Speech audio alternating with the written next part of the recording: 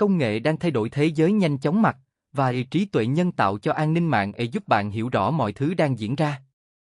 Đặc biệt, mình sẽ đi sâu vào chuyện gì bảo mật và dữ liệu mà sách nói tới.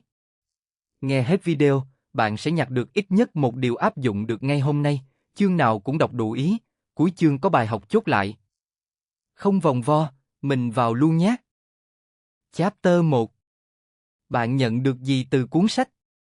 Cuốn sách này chủ yếu tập trung vào cách trí tuệ nhân tạo, AI, có thể được áp dụng vào quản lý bảo mật. Cuốn sách này đi theo các xu hướng hiện tại của AI trong các nhánh xử lý ngôn ngữ tự nhiên, hệ thống trả lời và hỏi đáp bằng điều đó tự nhiên, AI, Ready 2018, đàm thoại trong lĩnh vực bảo mật, máy bay không người lái hỗ trợ AI, an ninh mạng AI, thiết bị Internet vạn vật, IoT, và các trường hợp sử dụng. Các chủ đề AI có thể áp dụng nhắm mục tiêu đến các nhóm sau. Các giám đốc điều hành hàng đầu của công ty, người sáng lập, điều đó công nghệ, việc này thông tin, điều này dữ liệu, nó an ninh, nhà khoa học dữ liệu, kiến trúc sư giữ điều đó, nhà thiết kế AI, kỹ sư AI, quản lý dự án và nhà tư vấn để hiểu cách quản lý bảo mật bằng AI. Học sinh, giáo viên và nhà phát triển sẽ thấy cuốn sách này hữu ích và thiết thực. Nó sẽ cung cấp cái nhìn tổng quan về nhiều thành phần AI và giới thiệu cách AI có thể được sử dụng trong môi trường doanh nghiệp và các công ty startup. Bất kỳ ai cố gắng hiểu cách AI có thể được sử dụng để bảo mật. Hiểu và tìm hiểu về AI cũng như cách áp dụng AI vào bảo mật. Thiết kế và ứng dụng giải pháp Knowledge Based AI để giải quyết các vấn đề về bảo mật. Thiết kế của các hệ thống ứng dụng AI chủ yếu dựa vào những điều sau. Các chuyên gia về chủ đề. Điều này có nghĩa là có một cái nhìn thực tế về cách sử dụng các giải pháp. Trong cuốn sách này, bảo mật được sử dụng làm ví dụ cho các nghiên cứu điển hình. Toán học và thuật toán ứng dụng phù hợp được sử dụng trong cuốn sách. Đừng bỏ qua các phương trình toán học nếu bạn có nhu cầu nghiên cứu chúng. AI phụ thuộc nhiều vào toán học. Vật lý ứng dụng và cách sử dụng trong các hệ thống phần cứng cũng như các phương pháp tiếp cận tương lai từ máy tính lượng tử đến xử lý sau mạng xử lý điều đó lượng tử. AI đang phát triển thành một kỷ nguyên mới với nhiều cơ hội khả thi. Các khái niệm mới và ý tưởng sáng tạo ứng dụng được giới thiệu trong chương AI tương lai.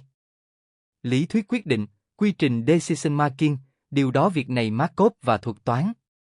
Cuốn sách này giới thiệu AI và giải thích cách AI được áp dụng cho các tập đoàn, startup và các công ty thuộc mọi quy mô để giúp tự động hóa công việc tẻ nhạt là duy trì bảo mật.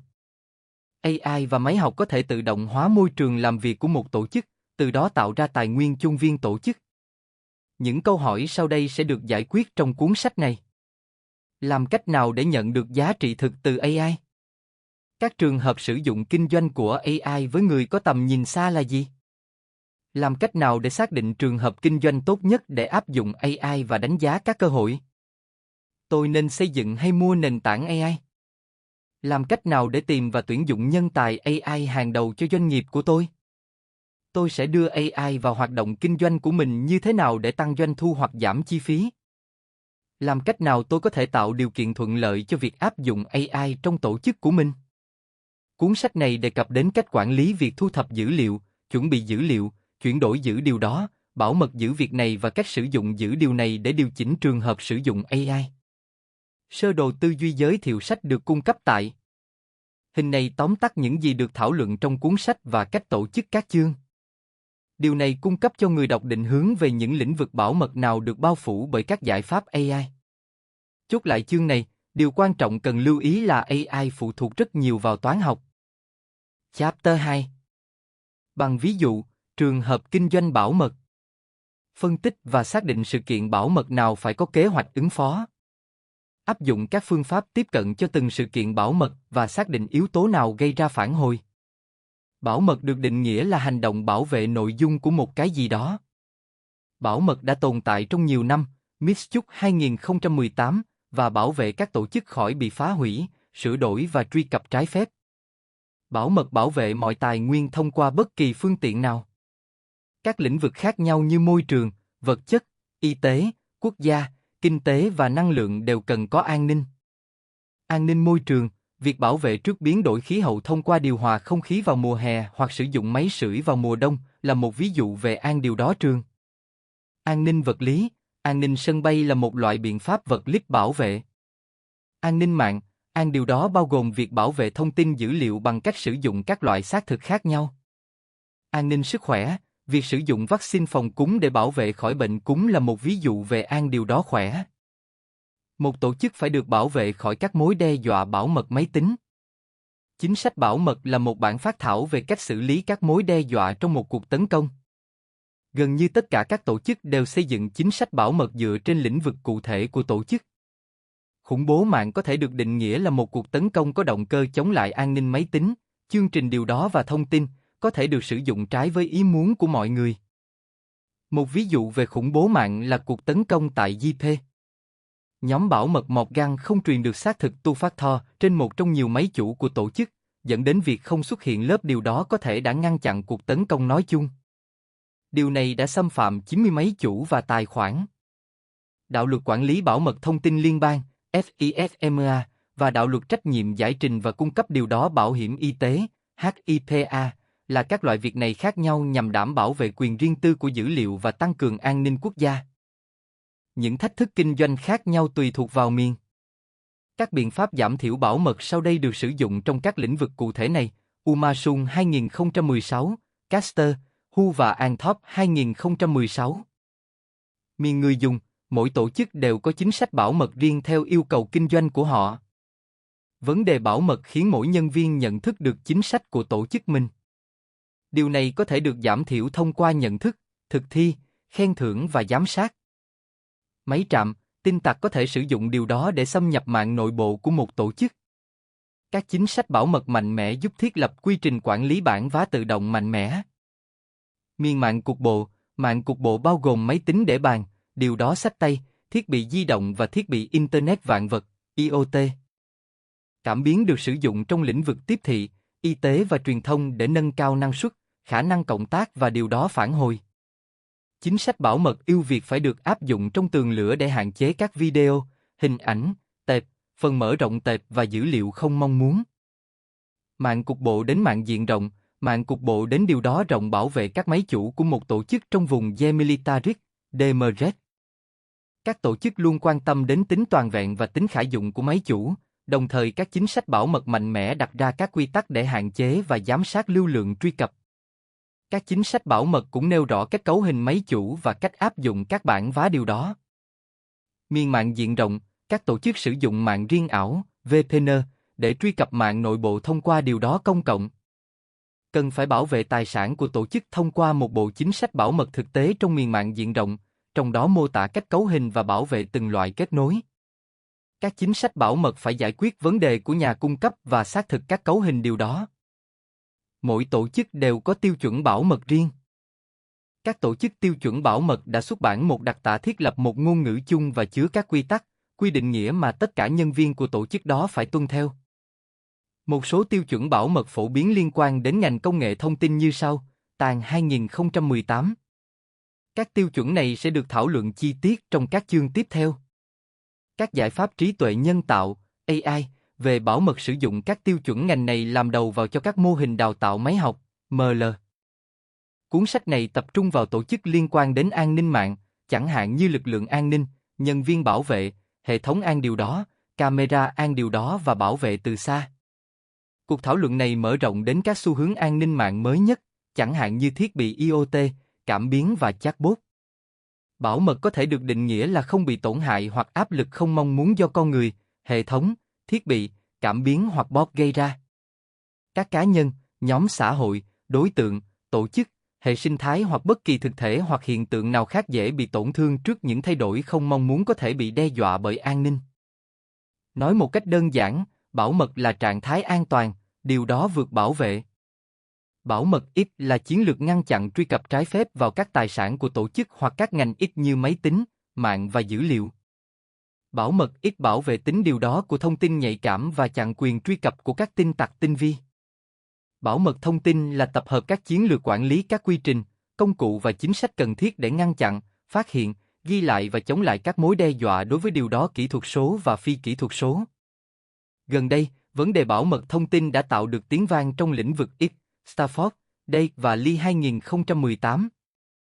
Trách nhiệm bảo mật thông tin bao gồm việc hình thành một bộ quy trình kinh doanh để bảo vệ tài sản điều đó bất kể việc này được định dạng như thế nào hoặc điều này đang được truyền, đang được xử lý hay lưu trữ. Các chương trình bảo mật thông tin được xây dựng xoay quanh các mục tiêu cốt lõi của cơ quan tình báo trung ương, duy trì tính điều đó, tính toàn vẹn và điều đó khả dụng của hệ thống X và dữ liệu kinh doanh. Các mục tiêu này đảm bảo rằng thông tin nhạy cảm chỉ được tiết lộ cho các bên được ủy quyền, ngăn chặn việc sửa đổi dữ liệu trái phép và điều đó dữ liệu có thể được các bên được ủy quyền truy cập khi được yêu cầu. Nhiều tổ chức lớn thực hiện nỗ lực có ý thức trong việc sử dụng việc thu thập bảo mật tiêu chuẩn để hoàn thành và duy trì chương trình điều đó thông tin của Hiệp hội. Nhân viên bảo mật dữ liệu chính dẫn đầu nỗ lực này. Hầu hết các tổ chức đều tiến hành quản lý bảo mật, một quy trình đánh giá các lỗ hổng và mối nguy hiểm đối với tài nguyên dữ liệu và kết nối các biện pháp kiểm soát phòng thủ thích hợp. Việc ước tính một liên kết tồn tại trong dữ liệu của nó và yêu cầu bảo mật cơ bản cho các nhiệm vụ kinh doanh. Bảo mật dữ liệu đòi hỏi các thủ tục và sự sắp xếp để điều chỉnh việc duy trì điều đó. Việc bảo trì này bao gồm các nỗ lực an toàn vật lý và máy tính để bảo vệ thông tin khỏi việc truy cập, sử dụng, sao chép hoặc xóa trái phép. Các yêu cầu này có thể kết hợp các mang tráp và quản lý khóa mã hóa cũng như tổ chức các khung nhận dạng gián đoạn, các phương pháp tiếp cận khóa bí mật và tính nhất quán quản trị. Đánh giá bảo mật sẽ được tiến hành để điều đó năng lực của tổ chức trong việc sử dụng các khuôn khổ việc này trước các vấn đề điều này có thể xảy ra. Các mối đe dọa bảo mật có nhiều định dạng và cấu trúc khác nhau. InfoSec 2018, thông thường, những mối đe dọa này liên quan đến phần mềm độc hại, tấn công lừa đảo, gian lận và điều đó tống tiền. Nhiều biện pháp kiểm soát bảo mật tạo nên một rào cản phân lớp bằng cách sử dụng quy trình từ trên xuống dưới để ngăn chặn những kẻ tấn công và giảm bớt các lỗ hổng ở các khu vực khác nhau. Chiến lược này làm giảm tác dụng của một cuộc tấn công. Các cuộc họp an ninh nên lập kế hoạch phản ứng, điều này cho phép tổ chức ngăn chặn và hạn chế tác hại, loại bỏ mối đe dọa và đưa ra các ý tưởng và biện pháp kiểm soát bảo mật mới. Sau đây là các loại bảo mật thông tin khác nhau. Bảo mật ứng dụng. Bảo điều đó dụng là một chủ đề rộng bao gồm các lỗ hổng phần mềm trong việc này web và thiết bị di động cũng như giao diện lập trình điều này. Những lỗ hổng này có thể được tìm thấy trong quá trình xác thực hoặc ủy quyền của người dùng, tính toàn vẹn của mã và cấu hình cũng như các chính sách và quy trình hoàn thiện. Các lỗ hổng ứng dụng có thể tạo điểm truy cập cho các vi phạm bảo mật thông tin nghiêm trọng. Bảo mật ứng dụng là một phần quan trọng của việc bảo vệ vành đai. Bảo mật đám mây. Bảo điều đó mây tập trung vào việc xây dựng và lưu trữ các ứng dụng việc này trong môi trường đám mây và sử dụng các điều này đám mây third party một cách an toàn. Thuật ngữ đám mây đơn giản có nghĩa là ứng dụng đang chạy trong môi trường dùng chung. Các doanh nghiệp phải đảm bảo sự cách ly đầy đủ giữa các quy trình khác nhau trong môi trường dùng chung. An ninh cơ sở hạ tầng. Bảo mật cơ sở hạ tầng liên quan đến việc bảo vệ mạng nội bộ và mạng ngoại vi, phòng thí nghiệm, trung tâm dữ liệu, máy chủ, máy tính để bàn và thiết bị di động. Quản lý lỗ hổng. Quản lý lỗ hổng bảo mật là quá trình quét môi trường để tìm các điểm yếu, chẳng hạn như phần mềm chưa được vá, và ưu tiên khắc phục dựa trên các vấn đề điều đó. An ninh mạng. Điều đó là hoạt động bảo vệ hệ thống, mạng và chương trình khỏi các cuộc tấn công kỹ thuật số. Dưới đây là một số thuật ngữ quan trọng được sử dụng trong lĩnh vực kinh doanh bảo mật. Release 2019. Độc hại hoặc virus phần mềm điều đó là phần việc này hại được thiết kế nhằm gây hại, truy cập trái phép vào bất kỳ hệ thống máy tính nào và làm hỏng dữ liệu. Độc hại xâm chiếm các thiết bị như hệ thống máy tính, mạng, điều đó bảng và thiết bị di động. Nó có thể kiểm soát một phần thiết bị và tạo ra sự tàn phá bằng cách phá hủy chức năng bình thường của thiết bị. Độc hại không có thể phá hủy thành phần vật lý của thiết bị, tuy nhiên, nó có thể đánh cắp, mã hóa hoặc xóa dữ liệu. Nó cũng có thể thay đổi các chức năng cốt lõi của máy tính và theo dõi hoạt động của thiết bị mà chủ sở hữu không biết hoặc không cho phép. Độc hại có thể ảnh hưởng đến kết nối Internet và có thể tải xuống phần mềm và ứng dụng từ các trang web không xác định. Các dạng phần mềm độc hại khác là quảng cáo được thiết kế để hiển thị điều đó trên màn hình máy tính. Điều này gây khó chịu cho người dùng và thường được liên kết với các ứng dụng khác. Một virus là một loại phần mềm độc hại liên kết với một chương trình hoặc ứng dụng khác. Khi một chương trình được chạy, virus có thể tự sinh sản bằng cách thay đổi điều đó đang chạy. Gián điệp là phần mềm độc hại được cài đặt trên máy tính mà không có sự cho phép của chủ sở hữu. Mục đích của loại virus này là thu thập thông tin trên máy tính của nạn nhân. Điều này có thể là do hoạt động gián điệp hoặc đơn giản là điều đó như một trình ghi nhật ký khóa. Người dùng có thể kích hoạt phần mềm gián điệp bằng cách bất cẩn chấp nhận lời nhắc hoặc pop-up mà không đọc trước, tải xuống điều đó từ nguồn không đáng tin cậy. Việc này emails từ những người gửi không xác định và sao chép phim, nhạc hoặc trò chơi. Bạn nên chạy phần mềm chống virus để loại bỏ các điều đó bị nghi ngờ phần mềm nếu nghi ngờ hoạt động của việc này gián điệp. Hãy làm theo các bước sau để ngăn cài đặt phần mềm gián điệp. Chỉ mở emails từ những người gửi mà bạn biết. Hạn chế tải xuống từ các nguồn đáng tin cậy. Tránh nhấp vào quảng cáo pop-up. Cài đặt các thiết bị máy tính chống virus đáng tin cậy và đã được chứng minh. Dung là một loại virus có tên Serelican và lây lan trong thiết bị lưu trữ virus đó. Worm Serelican xảy ra trong mạng mà thiết bị được liên kết. Ý tưởng là phá hủy các tập tin và dữ liệu trên mạng. Trojan và con ngựa thành Troy là loại phần mềm độc hại nguy hiểm nhất. Nó hoạt động như một vật dụng hữu ích nhưng có thể nguy hiểm. Nó cho phép kẻ tấn công truy cập vào thiết bị của nạn nhân để đánh cắp thông tin tài chính, sau đó dẫn đến điều đó tiền. Trojan có thể theo dõi máy tính của nạn nhân và đánh cắp dữ liệu nhạy cảm. Trojan cũng có thể xóa dữ liệu, sao chép dữ liệu, chặn giữ điều đó và cuối cùng làm gián đoạn hoạt động của máy tính nạn nhân. Trojan không có thể Serelica. Các loại Trojan khác nhau như sau: Backdoor, Exploit, Rootkit, Banker, Trojan DDoS, Trojan Download, Trojan Dropper, Trojan, Fake AV, Trojan GameKey, Trojan Ransom, Trojan SMS, Trojan CP, Trojan MyFin, Trojan Clicker, Trojan Notify, Trojan Proxy và Trojan Perfidus. Một tổ chức có thể bảo vệ máy tính của mình bằng cách cài đặt phần mềm anti-malware trên máy chủ, điều đó cá nhân, PC, việc này xách tay, Apple Mac, điều này bảng và điện thoại thông minh. Typical anti-malware như Kaspersky Antivirus và thể sử dụng Norton Anti-malware. Kaspersky Antivirus hoạt động tốt trên điện thoại thông minh Android, Windows PC, máy tính Linux, Apple Mac, điều đó việc này và điều này bảng. Tống tiền là một dạng phần mềm độc hại gây nhiễu thiết bị máy tính và có thể mã hóa các tập tin trên thiết bị, sau đó buộc nạn nhân phải trả một số tiền. Ransomware đôi khi được coi là vũ khí được tội phạm mạng lựa chọn vì nó yêu cầu thanh toán nhanh chóng, sinh lời bằng tiền điện tử hard-to-trace. Dễ dàng lấy được mã ransomware thông qua các thị trường tội phạm trực tuyến và việc bảo vệ chống lại ransomware là khó khăn. Rootkit là phần mềm độc hại cung cấp cho kẻ tấn công quyền quản trị viên trên thiết bị nhiễm. Điều này cho phép phần mềm độc hại làm hỏng thiết bị. Độc hại vẫn ẩn trong hệ điều hành của thiết bị. Keylog là phần mềm độc hại cố gắng ghi lại thao tác gõ phím của người dùng trên bàn phím. Độc hại này lưu trữ thông tin bị đánh cắp và gửi cho kẻ tấn công. Kẻ tấn công có thể đang tìm kiếm thông tin nhạy cảm có thể được sử dụng cho các mục đích sai trái. Thông tin điển hình có thể bao gồm tên người dùng, mật khẩu và chi tiết thẻ tín dụng. Khai thác tiền điện tử hoặc điều đó tử độc hại ngày càng là một mềm việc này chiếm ưu thế do Trojan cài vào thiết bị máy tính. Khai thác tiền điện tử cho phép người khác sử dụng máy tính của bạn từ xa để điều đó các loại việc này tử như Bitcoin và Monero. Độc hại này cho phép kẻ tấn công kiếm tiền bằng tiền của người dùng. Khai thác là phần mềm độc hại lợi dụng các lỗi và lỗ hổng trong thiết bị để chiếm quyền kiểm soát. Việc khai thác có liên quan đến quảng cáo độc hại, một cuộc tấn công thông qua một trang web chính hãng vô tình lấy nội dung từ một điều đó việc này. Khai thác sẽ tự cài đặt trên máy tính của nạn nhân trong bản tải xuống Drive. Thiết bị của nạn nhân bị lây nhiễm thông qua việc truy cập một trang web. Các dấu hiệu sau đây cho thấy nhiễm phần mềm độc hại. Khi thiết bị chạy chậm lại không rõ nguyên nhân, điển hình là khi duyệt Internet. Cơn mưa quảng cáo pop-up bất thường trên màn hình thiết bị. Thiết bị đột nhiên gặp sự cố và đóng băng. Thiết bị đột nhiên hết dung lượng đĩa.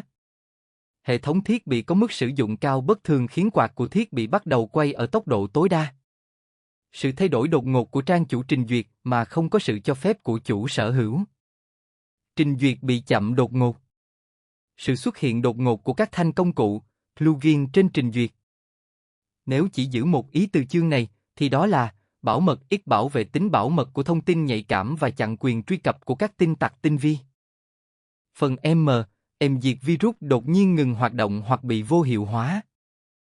Độc hại lén lút có tên Ransom có thể thông báo rằng nó có dữ liệu và yêu cầu trả tiền trước khi phát hành các tệp đã bắt được.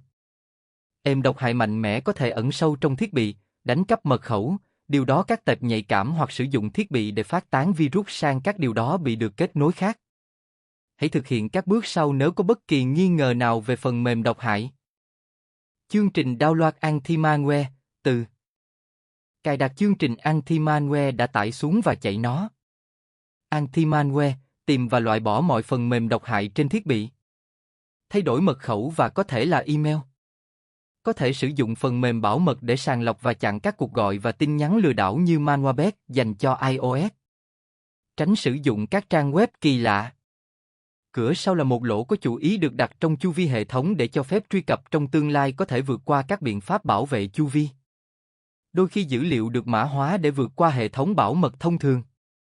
Có thể nhà phát triển có thể tạo một cửa sau để kích hoạt ứng dụng hoặc hệ điều hành nhằm khắc phục sự cố hoặc các mục đích khác. Điều này có thể nguy hiểm vì kẻ tấn công có thể sử dụng cửa sau để phát hiện hoặc cài đặt phần khai thác, sâu hoặc virus được thiết kế để lợi điều đó sau và sẽ việc này thiết bị.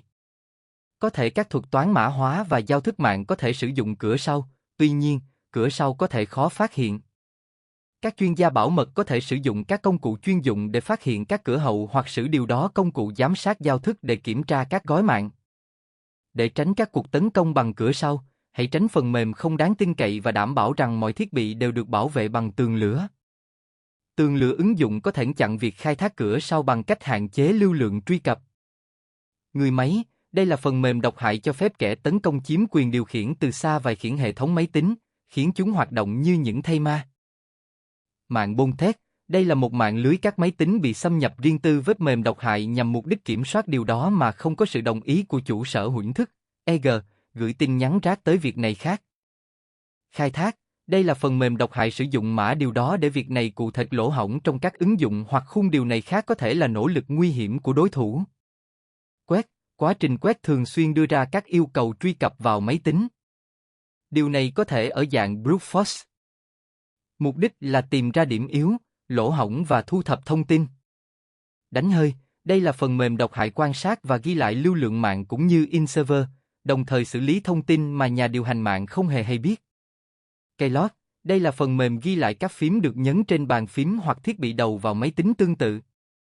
Thư rác thu hút các tin nhắn nhằm mục đích quảng cáo. Thông thường, thư rác có dạng emails, nhưng nó cũng có thể ở dạng tin nhắn văn bản.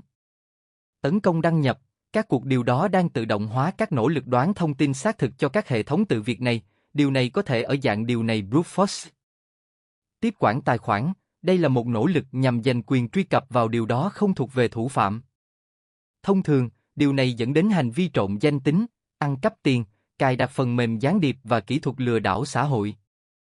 Lừa đảo, còn gọi là giả dạng, đây là một phần mềm giả vờ là một người nào đó để tiết lộ thông tin cá nhân hoặc để lấy tài sản riêng tư. Lừa đảo trực tuyến, điều này nhắm mục tiêu người dùng để sử dụng thông tin bí mật của người dùng. Kỹ thuật xã hội, đây là việc khai thác thông tin từ con người bằng các phương pháp phi kỹ thuật như thủ đoạn gian lận và nói dối. Lời nói gây bức xúc, đây là điều đó có hại nhắm vào cá nhân hoặc nhóm. Từ chối dịch vụ và từ điều đó vụ phân tán, đây là cuộc tấn công của các hệ thống không có nhiều bảo mật hoặc bảo vệ. Điều này được thực hiện thông qua việc bắn phá hai volume hoặc các yêu cầu không đúng định dạng. Các mối đe dọa liên tục nâng cao, đây là cuộc tấn công brute force nhằm vào mạng hoặc máy chủ nơi kẻ xâm nhập không bị phát hiện trong một thời gian dài. Mục đích là đánh cắp dữ liệu và xâm nhập vào hệ thống cho điều đó đã định. Lỗ hổng zero day, điều này gây ra một lỗi tinh vi trong hệ thống máy tính và vẫn là một liên kết yếu với hệ thống. Lỗi này được sử dụng để khai thác tiềm năng cho đến khi nhà cung cấp đưa ra bản vá cho hệ thống. Thông thường, nhà cung cấp không nhận thức được vấn đề trong một thời gian. Tại sao ML và AI dành cho khu vực an ninh? Mọi người sử dụng Internet để cung cấp đường truyền miễn phí và rộng rãi phân phối các tài liệu văn bản, video và hình ảnh. Điều này đã dẫn đến việc quảng cáo rộng rãi các mặt hàng thương mại và phi điều đó.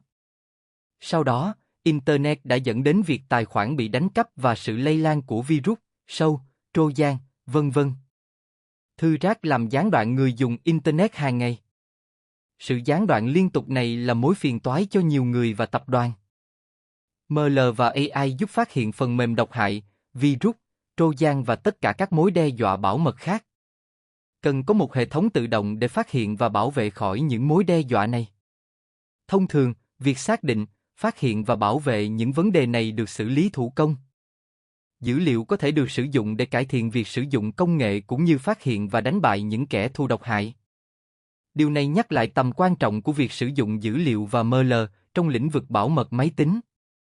Hầu hết các tổ chức đều sử dụng máy tính, điều này đặt ra nhu cầu thực sự là tìm cách ngăn chặn những đối thủ có thể gây đau đầu về an ninh. Một cuộc chiến tồn tại giữa những kẻ tấn công và những người bảo vệ đối thủ trong lĩnh vực bảo mật máy tính, điều này bao gồm thư rác và hack.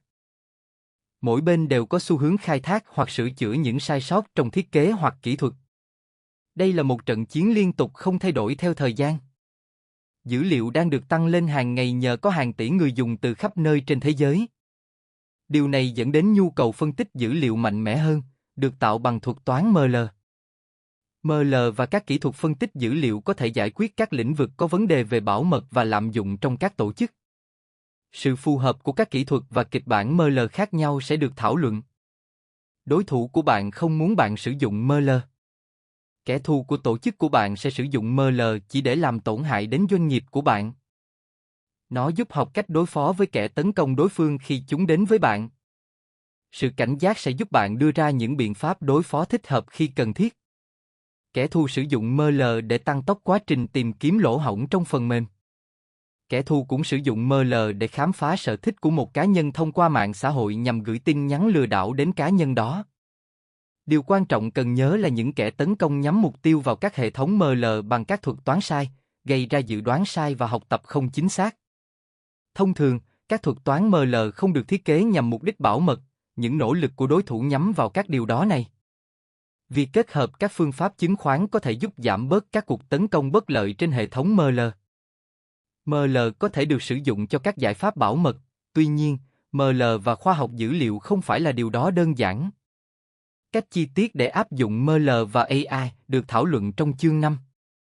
Tính năng phát hiện bất thường nhắm vào các mô hình học tập cụ thể xảy ra bên trong các tập hợp con dữ liệu nhất định. Điều này thiết lập một quy tắc mô tả 95% hoặc nhiều hơn của tập dữ liệu.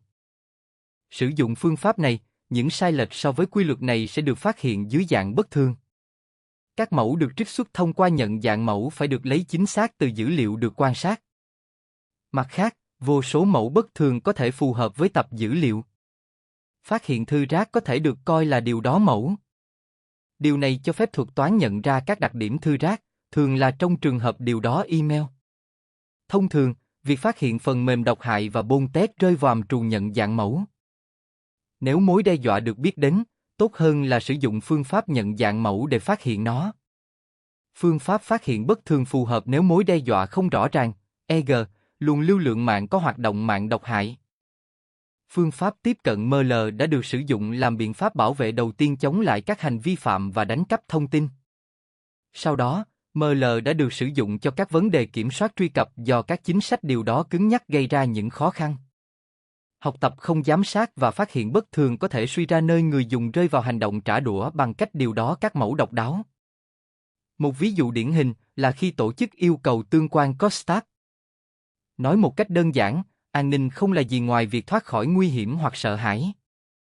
Một ví dụ điển hình là an ninh biên giới quốc gia. An ninh biên giới liên quan đến chiến tranh giữa các quốc gia và cũng có thể đề cập đến cảnh sát, người bảo vệ quần chúng khỏi các cuộc tấn công. Ví dụ điển hình nhất về bảo mật ít là ransomware, một hành vi phạm dữ liệu. Ransomware là một loại phần mềm độc hại. Độc hại là phần mềm xâm nhập được thiết kế để làm hỏng và phá hủy máy tính và hệ thống điều đó. Ví dụ về phần mềm độc hại phổ biến bao gồm virus, sâu, virus Trojan, điều đó gián điệp, việc này quảng cáo và điều này tống tiền. Ví dụ điển hình nhất về vi phạm dữ liệu là cuộc tấn công WannaCry vào Equic và Uber, ảnh hưởng đến hàng triệu người tiêu dùng và hàng nghìn doanh nghiệp. Bảo mật vật lý được định nghĩa là điều đó nhân sự, việc này thông tin liên lạc và điều này nó, Wang và Yên 2019. Điều này bao gồm việc bảo vệ nhân sự, phần cứng, phần mềm, mạng và dữ liệu khỏi các hành động và sự kiện vật lý có thể gây thiệt hại nghiêm trọng cho doanh nghiệp, cơ quan hoặc tổ chức. Điều này bao gồm bảo vệ khỏi hỏa hoạn, lũ lụt, thiên tai, trộm cắp, phá hoại và khủng bố. An ninh nhân sự, Điều đó sự là một hệ thống các chính sách và thủ tục nhằm giảm thiểu sự an toàn của người lao động, người trong nội bộ, khai thác quyền truy cập hợp pháp của họ vào tài sản của tổ chức cho các mục đích trái phép.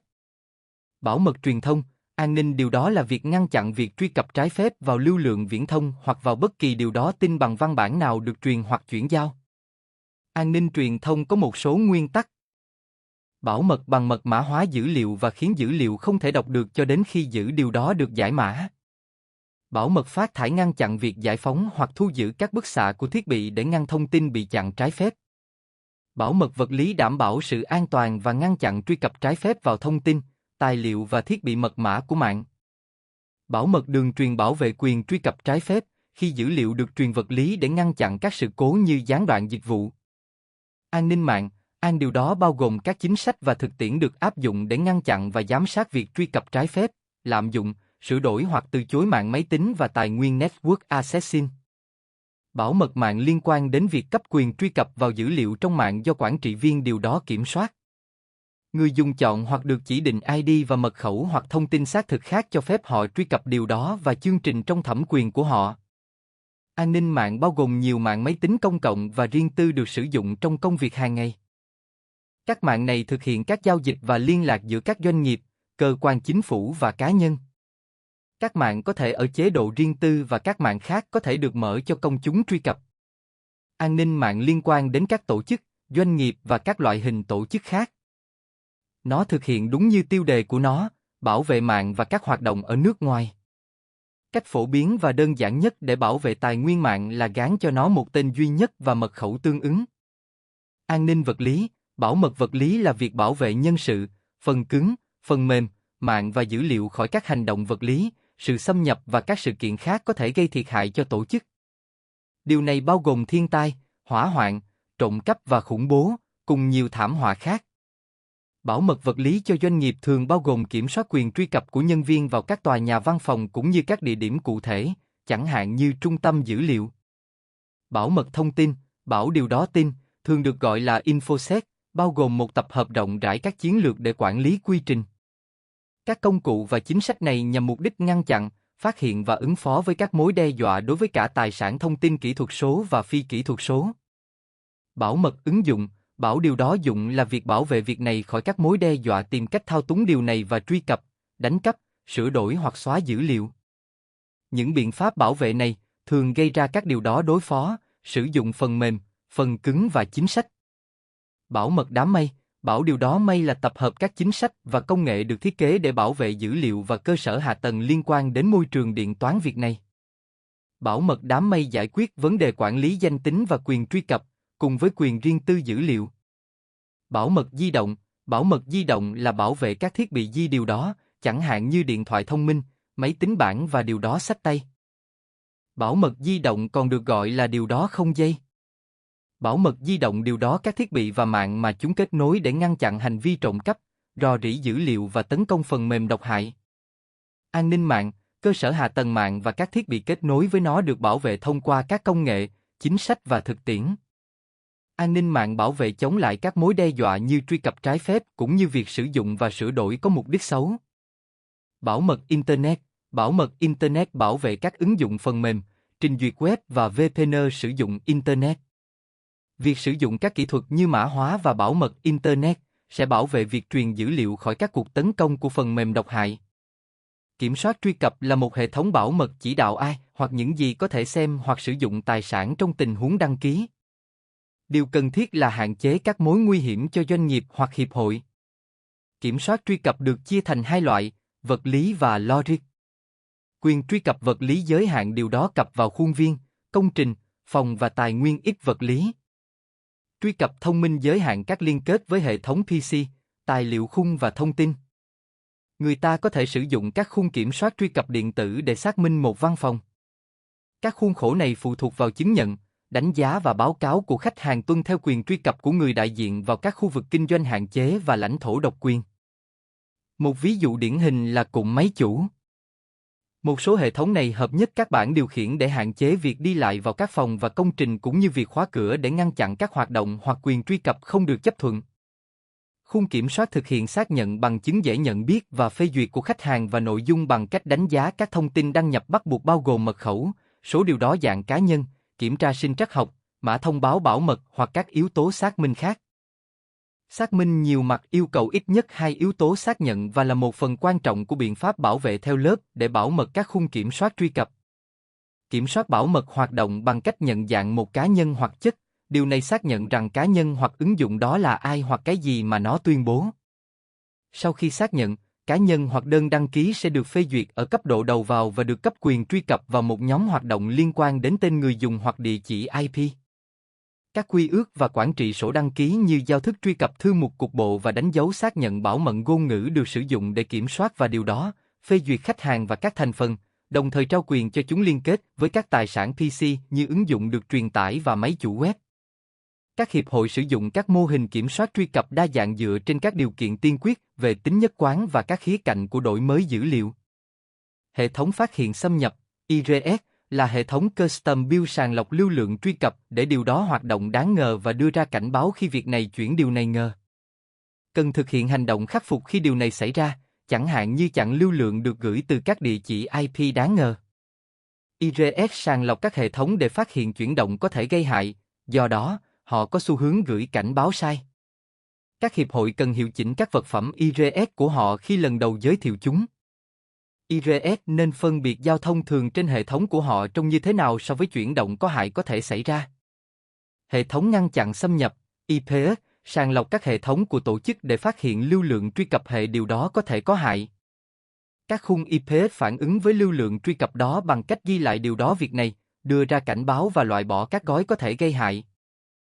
IPS là một biện pháp phòng ngừa được sử dụng để phân biệt các mối nguy hiểm tiềm ẩn và phản ứng nhanh chóng với chúng. Tương tự như IRS, IPS sàng lọc nhiều loại lưu lượng truy cập và có thể hành động kịp thời khi cần. Thông thường, IPS có thể đánh rơi một bưu kiện mà sau này được coi là độc hại và cản trở tất cả lưu lượng truy cập tiếp theo từ địa chỉ hoặc cổng IP đó. Cách tiếp cận hiệu quả hơn là gửi người thụ hưởng mà không có sự xáo trộn hoặc chậm trễ rõ ràng trong việc quản lý. Các trường hợp bảo mật dữ liệu khác cần được xem xét và quan trọng để duy trì tính toàn vẹn của điều đó dữ liệu. Điều quan trọng là phải xem xét việc tiết lộ dữ liệu nhạy cảm hoặc được nhóm lại một cách không chủ ý hoặc không được chấp thuận. Điều đáng chú ý là email chứa dữ liệu được sắp xếp hoặc nhạy cảm được gửi đến sai người thụ hưởng. Điều này có thể dẫn đến bị cướp hoặc mất dữ liệu đặc trưng hoặc nhạy cảm. Một ví dụ về điều này có thể là một phiên bản in của dữ liệu được sắp xếp hoặc nhạy cảm bị đánh cắp từ túi dùng một lần hoặc để trong môi trường. An ninh mạng yêu cầu các chính sách và thực tiễn để bảo vệ mạng của một tổ chức, Magnet và Mariro 2019. Các chính sách và thực tiễn này giúp tổ chức tự bảo vệ mình khỏi các cuộc tấn công như truy cập trái phép, giả mạo dữ liệu và điều đó từ chối dịch vụ. Tường lửa phải được cài đặt để bảo vệ hệ thống và dữ liệu. Danh sách kiểm soát truy cập phải được tạo để cho phép người dùng có ủy quyền cần thiết có quyền điều đó vào dữ liệu và hệ thống cũng như hạn chế việc này cập của những người khác. Các nhóm bảo mật có thể tăng cường điều đó nếu tổ chức đang sử dụng công nghệ cloud-based. Để tăng tính bảo mật, tổ chức có thể tạo VPN để cho phép chia sẻ các tài nguyên cần thiết giữa những người dùng dựa trên mạng con của họ. Điều này mang lại lợi thế bổ sung cho các nguồn lực năng suất tổng thể. Mọi tổ chức phải có thể có sơ đồ xác thực tốt nhất thông qua việc xây dựng biện pháp kiểm soát truy cập tốt nhất và bằng cách cài đặt tường lửa và ngăn chặn xâm nhập. Không gian an ninh của tổ chức có thể bị xâm phạm bất chấp các biện pháp này. Điều này có thể xảy ra nhanh nếu tổ chức không thực hiện các bước để triển khai bảo mật vật lý. Bảo mật vật lý là việc bảo vệ các thiết bị và hệ thống thực lưu trữ và truyền tài nguyên dữ liệu. Để thực hiện bảo mật vật lý, tất cả các công ty phải nhận ra các tài sản dễ bị tổn thương và điều đó các biện pháp để đảm bảo rằng những việc này được an toàn trước hành vi phạm an ninh vật lý. Dưới đây là các biện pháp mà các tổ chức có thể thực hiện. Cửa bị khóa, tất cả các cửa phải được khóa. Người sử dụng lao động không được cho phép những người không có phận sự vào tòa nhà mà không có giấy tờ tùy thân thích hợp. Trách nhiệm của tổ chức là yêu cầu các cá nhân xác định danh tính trước khi vào tòa nhà. Nội dung dữ liệu high-stream phải được xác minh trong khu vực có quyền truy cập hạn chế. Phát hiện xâm nhập vật lý, mọi tổ chức nên đặt camera an ninh và máy dò kim loại trong các tòa nhà có tài sản dữ liệu high-stream. Điều này giúp phát hiện việc đi vào trung tâm dữ liệu bất hợp pháp. Thiết bị đảm bảo, tất cả các thiết bị phải được bảo mật để tránh bị đánh cắp. Ổ cứng của một người đại diện có thể chứa hầu hết dữ liệu khách hàng, vì vậy điều cần thiết là nó phải được bảo mật. Giám sát môi trường, tất cả các máy chủ của công ty và các thiết bị high steam khác phải được giữ ở nơi an toàn và được kiểm tra liên tục về nhiệt độ ẩm và luồng không khí thích hợp. Nguy cơ lỗi máy chủ tăng lên khi các yếu tố này để lại một mức độ được xác định trước. Đào tạo nhân viên, tất cả người sử dụng lao động nên được điều đó về cách khóa máy tính xách tay và hệ thống của họ khi họ đi vắng. Nhân viên phải luôn để mắt đến máy tính xách tay và điện thoại di động khi đi du lịch. Đây là cách bọn tội phạm lấy dữ liệu của công ty được công nhận rộng rãi nhất.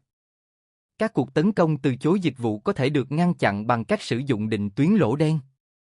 Tất cả lưu lượng truy cập liên quan đến các cuộc tấn công sẽ được gửi đến một lỗ đen, thường là một máy chủ không tồn tại.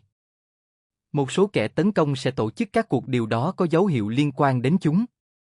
Những kiểu tấn công này có thể được xử lý tốt nhất bằng cách sử dụng IPS. Lưu lượng được sử dụng cho các cuộc tấn công có thể đến từ nhiều nguồn. Điều này có thể được khắc phục bằng phương pháp lọc ngược dòng, nơi sử dụng các trung tâm làm sạch và điều đó chà rửa. Điều quan trọng là các vấn đề bảo mật trong tổ chức phải được giảm thiểu. Yevet, Eriksen, Book và Ferenc 2019. A sẽ bao gồm các chính sách và thủ tục bảo mật.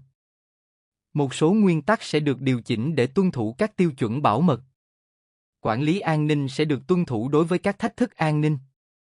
Điều này sẽ được thực hiện bằng cách sử dụng các hướng dẫn và nguyên tắc. Một tổ chức có thể tăng cường khả năng các nguyên tắc và điều đó bảo mật thông tin của tổ chức sẽ bị ảnh hưởng. Chính sách, quy trình bảo mật và các tiêu chuẩn điều đó. Chính sách bảo mật là một bộ quy tắc và quy định nhằm bảo vệ thông tin của tổ chức và các dữ liệu nhạy cảm khác.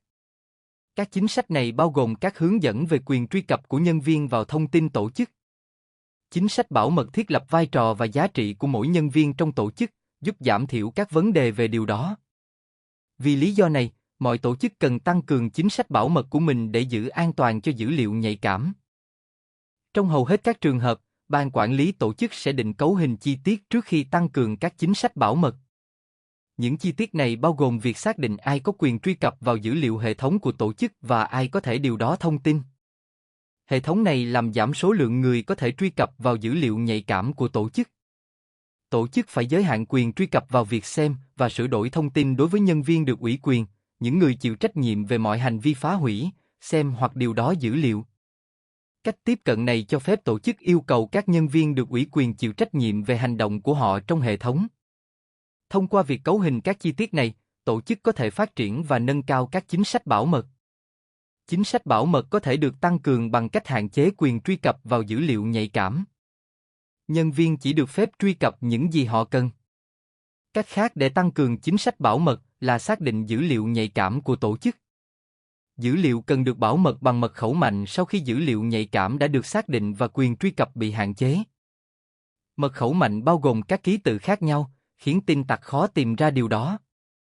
Phương pháp khác để ngăn chặn tin tặc là thay đổi mật khẩu thường xuyên trong khi vẫn duy trì độ mạnh của điều đó. Phương pháp cuối cùng mà tổ chức cần áp dụng là có kế hoạch sao lưu dữ liệu thủ công hoặc tự động. Điều này có liên quan trong thời điểm xảy ra các cuộc tấn công mạng và vi phạm dữ liệu. Khi các chính sách bảo mật được triển khai, năng suất và điều đó của tổ chức sẽ tăng lên và các vấn đề việc này sẽ giảm đi. Nhân viên sẽ phải ký một văn bản xác nhận có ích về mặt pháp lý. Chính sách bảo mật thông tin, xác định vấn đề. Dưới đây là một số vấn đề về chính sách bảo mật. Gia tăng nghi ngờ đối với sự đảm bảo của chính quyền đối với môi trường thông tin. Làm giảm hiệu quả của các hướng dẫn và nguyên tắc an toàn thông tin. Sự gia tăng những thất vọng về an toàn thông tin tốn kém có thể xảy ra. Các chương trình khác nhau có vai trò an toàn thông tin và công việc hàng ngày đa dạng. Nhân viên lễ tân của tổ chức, giám đốc X và nhà cung cấp đều có trách nhiệm giải trình khác nhau. Những loại toán tử khác nhau này có thể bao gồm quản lý, cũng như các ban, giám sát quản lý và điều đó lý khác. Nhân viên cấu trúc thông tin, bao gồm lực lượng lao động, người làm việc tự do và cố vấn. Chính sách bảo mật thông tin, phân loại. Các chính sách và tiêu chuẩn bảo mật thông tin có thể chuyển thành các danh mục có ý nghĩa sau. Các hướng dẫn và nguyên tắc sơ bộ, bao gồm sắp xếp và trách nhiệm quản lý an toàn thông tin. hướng dẫn và nguyên tắc dành cho lực lượng lao động và các nhà khai thác thông tin khác. Hướng dẫn và nguyên tắc mở rộng tổ chức và ứng dụng. Chính sách bảo mật thông tin, xem xét. Xem xét các chính sách và tiêu chuẩn dự thảo với ban quản lý, người dùng và cố vấn pháp lý. Các tổ chức và nhà điều hành sẽ hỗ trợ các hướng dẫn và nguyên tắc cũng như xác minh rằng các điều đó và việc này đó đáng tin cậy trong ngành và cần thiết cho doanh nghiệp. Các nguyên tắc và hướng dẫn về an toàn thông tin phải được tổ chức sửa đổi để được công nhận là một thực thể hợp pháp tuân thủ luật pháp địa phương, tiểu bang và quốc gia. Chính sách bảo mật thông tin, đào tạo. Đào tạo tất cả lực lượng lao động và nhân sự trong các tổ chức tuân thủ các chính sách và tiêu chuẩn bảo mật thông tin. Tất cả nhân viên nhân sự cần phải hoàn thành công việc của mình một cách ổn định, Collins 2019. Điều quan trọng là cung cấp nhận thức và dạy người khác làm điều tương tự. Nếu không được đào tạo và giáo dục như vậy, nhân viên sẽ không hoàn thành nhiệm vụ của mình một cách chính xác. Tổ chức phải bảo vệ các tài sản thông tin rủi ro. Ban quản lý phải đưa ra sự đảm bảo rằng họ sẽ bảo vệ các tài sản thông tin rủi ro. Chính sách bảo mật thông tin, thực hiện. Thực thi các chính sách bảo mật thông tin của tổ chức. Việc thực hiện phải dựa trên các hướng dẫn và nguyên tắc được tạo ra để duy trì tiêu chuẩn cần thiết. Trừ khi các hướng dẫn và nguyên tắc được yêu cầu một cách nhất quán, doanh nghiệp có thể gặp nguy hiểm về mặt pháp lý. Trong trường hợp này, tổ chức phải lựa chọn thực hiện các hướng dẫn và nguyên tắc, thông thường nếu việc điều đó tập trung vào một cá nhân trong khoảng thời gian được pháp luật bảo vệ. Công nghệ có thể giúp việc thực thi một số nguyên tắc và điều đó an toàn thông tin trở nên dễ dàng hơn.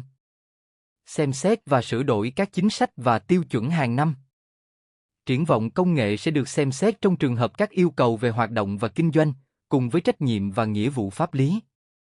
Các nguyên tắc và hướng dẫn về an toàn thông tin phải tiến triển để tái tạo các môi trường luôn thay đổi. Các hướng dẫn và nguyên tắc an toàn có thể được phân tích và chuyển đổi để tuân thủ các quy tắc, quy định, tiêu chuẩn mới do các tổ chức chính phủ và điều đó của ngành đặt ra.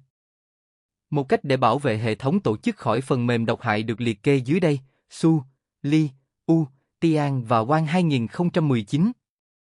Ít phải cài đặt phần mềm anti-malware đã được phê duyệt trên tất cả các nơi làm việc và máy chủ để tránh, nhận biết và loại bỏ mã độc.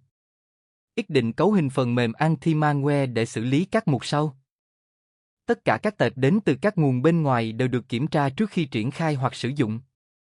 Êm độc hại đáng ngờ đã được ghi lại và ít cũng như nhóm bảo mật sẽ được thông báo. Quá trình quét phần mềm độc hại đầy đủ hàng ngày được chuyển đến ít và nhóm bảo mật. Các tệp chữ ký phần mềm độc hại được cơ cấu lại hàng ngày. Cảnh báo chương trình được cài đặt và gửi thông tin về sự cố phần mềm độc hại đến nhân viên an ninh tương ứng. Chủ sở hữu thông tin xác định mức độ nhạy cảm của điều đó thuộc về họ, Safford, Dave và Lee 2019. Điều này xác định một tiêu chuẩn mà mọi người phải tuân theo để bảo vệ thông tin chuyên môn. Thông tin được chia thành 3 loại. Điều quan trọng là phải có các tiêu chuẩn đăng nhập và mật khẩu phù hợp để giúp hệ thống được an toàn. Việc truy cập vào mạng và hệ thống thông tin X của tổ chức được thực hiện thành công bằng các kỹ thuật kiểm soát điều đó.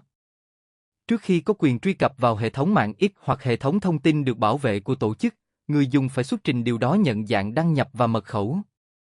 Cả hai đều là duy nhất đối với người dùng, điều này cung cấp thước đo độ tin cậy rằng người dùng chính là người mà họ tuyên bố. Chính sách bảo mật giúp tổ chức điều đó dữ liệu nhạy cảm và bảo vệ lợi ích của tổ chức. Ngoài ra, nó còn giúp nhân viên hiểu được giá trị của tổ chức và những thông tin quan trọng không được chia sẻ với những người bên ngoài tổ chức. Cuối cùng, chính sách bảo mật bảo vệ tổ chức khỏi các hành vi phạm thông tin. Các lớp an ninh mạng được thể hiện trong. Mỗi lớp đều được mô tả, Bola, Carrega và Ripeto 2019, Xoay 2018. Nhiệm vụ của quy trình an ninh mạng phương pháp tiếp cận quan trọng đối với các tổ chức. Phòng ngừa, quản lý chính sách. Hoạt động, giám sát và ứng phó. Trung tâm điều hành an ninh và giám sát điều đó điều hành mạng, 24/7. Báo cáo, phát hiện và ứng phó sự cố. Thỏa thuận cấp độ bảo mật, FLA, và báo cáo đối tượng cấp độ dịch vụ. Dữ liệu ở trạng thái nghỉ, GAR, dữ liệu đang chuyển động và giữ điều đó sử dụng, U. Các mục được liệt kê ở trên được mô tả chi tiết dưới đây. Quản trị bảo mật X, điều này liên quan đến việc kiểm soát điều đó X bằng cách sử dụng khung tiêu chuẩn ISO 38500. Cơ quan quản trị quy định cụ thể khuôn khổ trách nhiệm giải trình và cung cấp sự giám sát cần thiết để đảm bảo rằng các biện pháp kiểm soát được triển khai vì lý do duy nhất là giảm thiểu rủi ro. Chính sách bảo mật và tuân thủ, bố cục cho tổ chức sẽ nêu chi tiết kế hoạch bảo vệ tổ chức về mặt vật lý cùng với tài sản ích của tổ điều đó. Thực tiễn tuân thủ và chính sách tập trung vào việc xác định các biện pháp kiểm soát đối với các chế độ điều đó như rủi ro phần mềm, thiết lập việc này bảo mật điều này của tổ chức và kiểm tra nó đó. Thông tin về các mối đe dọa mạng, thông tin về các mối đe điều đó là một trong những vũ khí quan trọng nhất có thể được sử dụng trong phòng thủ mạng khi xác định kẻ tấn công có thể xảy ra. Kiểu phòng thủ này nêu chi tiết cách thức, lý do và thời điểm những kẻ tấn công lên kế hoạch điều đó. Mục đích là mang lại cho tổ chức sự yên tâm và ngăn chặn các hành vi tấn công mạ NG.NH ẩn lời đe dọa. Lập mô hình mối đe dọa, động cơ đằng sau mô điều đó đe dọa là cấu trúc các hoạt động nhằm xác định và quản lý các mối đe dọa. Chiến lược này có thể được sử dụng với nhiều hoạt động như ứng dụng, hệ thống, mạng, IoT và quy trình kinh doanh. Cơ sở lý luận của việc lập mô hình mối đe dọa là để thực hiện những việc sau. Xây dựng một ứng dụng an toàn. Tài liệu, xác định và đánh giá các mối đe dọa. Tìm các lỗi bảo mật khi có thời gian để sửa chúng. Để tiết kiệm thời gian, doanh thu và uy tín của tổ chức. Cung cấp kiến thức và nhận thức về những rủi ro và lỗ hổng mới nhất. Mô hình mối đe dọa bao gồm tài sản, dữ liệu và thiết bị có thể được bảo mật, mối đe dọa, xác định những gì kẻ tấn công có thể làm, và lỗ hổng có thể có trong hệ thống. Kiến trúc và thiết kế bảo mật, cung cấp thiết kế điều đó và việc này cho tổ chức. Quản lý bảo mật, cung cấp quản lý điều đó đầy đủ cho tổ chức thông qua việc đánh giá cơ sở hạ tầng ít và cố gắng khai thác các lỗ hổng một cách an toàn. Các cấu hình hoặc lỗ hổng không phù hợp có thể tồn tại trong hệ điều hành, dịch vụ, lỗi ứng dụng hoặc gây rủi ro cho người dùng cuối. Đào tạo nâng cao nhận thức về an ninh, đây là nỗ lực của tổ chức nhằm cung cấp điều đó về an ninh cho lực lượng lao động. Việc đào tạo có thể vẫn tiếp tục. Đánh giá lỗ hổng, đây là quá trình xác định, phân loại và ưu tiên các lỗ hổng tồn tại trong hệ thống máy tính, ứng dụng và cơ sở hạ tầng mạng của tổ chức. Đánh giá này cung cấp cho tổ chức kiến thức, nhận thức và nền tảng bảo mật cần thiết để hiểu các mối đe dọa. Giám sát trung tâm điều hành an ninh và điều đó điều hành mạng, 24/7 mục đích của việc này điều đó an ninh và điều này điều nó là điều đó việc này dữ liệu 24/7. Trung tâm yêu cầu lực lượng lao động queo trên. Lực lượng lao động cần duy trì mạng và máy chủ. Trung tâm điều hành mạng đảm bảo rằng cơ sở hạ tầng mạng tổng thể không làm gián đoạn dịch vụ điều đó. Các nhiệm vụ bao gồm bảo vệ những thứ sau: mạng, trang web, ứng dụng, cơ sở dữ liệu, máy chủ và trung tâm dữ liệu cũng như các công nghệ khác. Báo cáo, phát hiện, ứng phó sự cố, hệ thống này điều đó các sự cố bảo mật, việc này các sự cố điều này có thể xảy ra và chủ động đưa ra các phản hồi thích hợp. Hoạt động tập trung, một nhóm được thành lập để điều đó vào các vấn đề bảo mật cụ thể. Nhóm sẽ cung cấp các hành động khắc phục để xác định các mối lo ngại về bảo mật. Giám sát và đánh giá liên tục nhận thức về tình huống, chiến lược này thường xuyên điều đó môi trường mạng để phát hiện các mối lo ngại có thể xảy ra và thực hiện các việc này nhằm cung cấp điều này. Bản thông tin bảo mật, bản điều đó việc này cung cấp tổng quan về One Stop, về khả năng hiển thị điều này cho lực lượng lao động nó. Điều này giúp bạn dễ dàng thực hiện các hành động chủ động kịp thời và nhanh chóng. Quản lý leo thang, quản lý điều đó tập trung vào các sự cố và vấn đề bảo mật. Cách tiếp cận này cho phép nhóm thích hợp xử lý sự cố. Quản lý sự kiện và thông tin bảo mật, cách tiếp cận quản lý điều đó này sử dụng các chức năng điều đó lý việc này điều này và việc này lý sự kiện nó. Các chức năng này được tập hợp lại thành một hệ thống quản lý bảo mật. Điều tra kỹ thuật số, đây là hoạt động phục hồi và điều tra tài liệu được tìm thấy trong các thiết bị kỹ thuật số, thường liên quan đến tội phạm máy tính hoặc các cuộc tấn công mạng. Khía cạnh kỹ thuật của cuộc điều tra thường được chia thành nhiều subrank liên quan đến loại thiết bị kỹ thuật số có điều đó. Các thiết bị này bao gồm điều tra máy tính, điều tra mạng, phân tích dữ liệu điều tra và điều tra thiết bị di động. Quy trình điều tra bao gồm việc thu giữ, thu thập thông tin điều tra và phân tích các sản phẩm và phương tiện kỹ thuật sốt thập bằng chứng. SLA và báo cáo đối tượng cấp độ dịch vụ. SLA là một thỏa thuận mà tổ chức cung cấp cho khách hàng về các dịch vụ sẵn có. Đối tượng cấp độ dịch vụ là nơi dịch vụ muốn tiếp cận. SLA là thỏa thuận cấp độ hoạt động và điều đó giữa các nhóm hỗ trợ nội bộ của tổ chức. Cơ sở hạ tầng khóa công khai, cơ sở hạ điều đó việc này là tập hợp các vai trò, chính sách và thủ tục cần thiết để tạo, quản lý, phân phối, sử dụng, lưu trữ và thu hồi chứng chỉ số cũng như quản lý mã hóa khóa chung. Khuôn khổ mã hóa và an ninh mạng bảo vệ thông tin liên lạc giữa trang web của tổ chức máy chủ và khách hàng. Điều này sử dụng hai khóa mật mã khác nhau, khóa chung và điều đó riêng. GAR, dữ liệu chuyển động và yield. GAR, giữ điều đó động và yield được sử dụng để bảo vệ dữ liệu trong tổ chức. Cách thông minh để bảo vệ GAR là mã hóa dữ liệu trước khi ghi vào hệ thống lưu trữ. Dữ liệu không thể được truy cập nếu không có khóa mã hóa và thuật toán. Yield chặn quyền truy cập từ không gian bộ nhớ ứng dụng này sang không gian bộ điều đó dùng khác để tránh rò rỉ hoặc hỏng dữ liệu. Ứng hiện đại cung cấp các lớp hỗ trợ vật lý và hệ điều hành điều đó để giữ mỗi ứng dụng trong hộp các riêng của nó. Điều này cho phép các cá nhân truy cập vào các tài nguyên mà cá nhân đó được phép điều đó, đảm bảo an toàn. Dữ liệu được gửi đến hệ thống bên ngoài có thể có những hạn chế về bảo mật. Điều này làm cho Yield an toàn hơn. Chúng tôi khuyến nghị rằng dữ liệu triển khai nên được bảo vệ bằng các kênh được mã hóa ở cả hai đầu của hệ thống để bảo vệ khỏi bị truy cập từ xa thông qua VPN. Xóa và làm sạch dữ liệu, phương pháp Disk Software Baset có thể được điều chỉnh để điều đó dữ liệu nhằm mục đích phá hủy đĩa cứng hoặc giữ điều đó có sẵn trên các thiết bị truyền thông kỹ thuật số.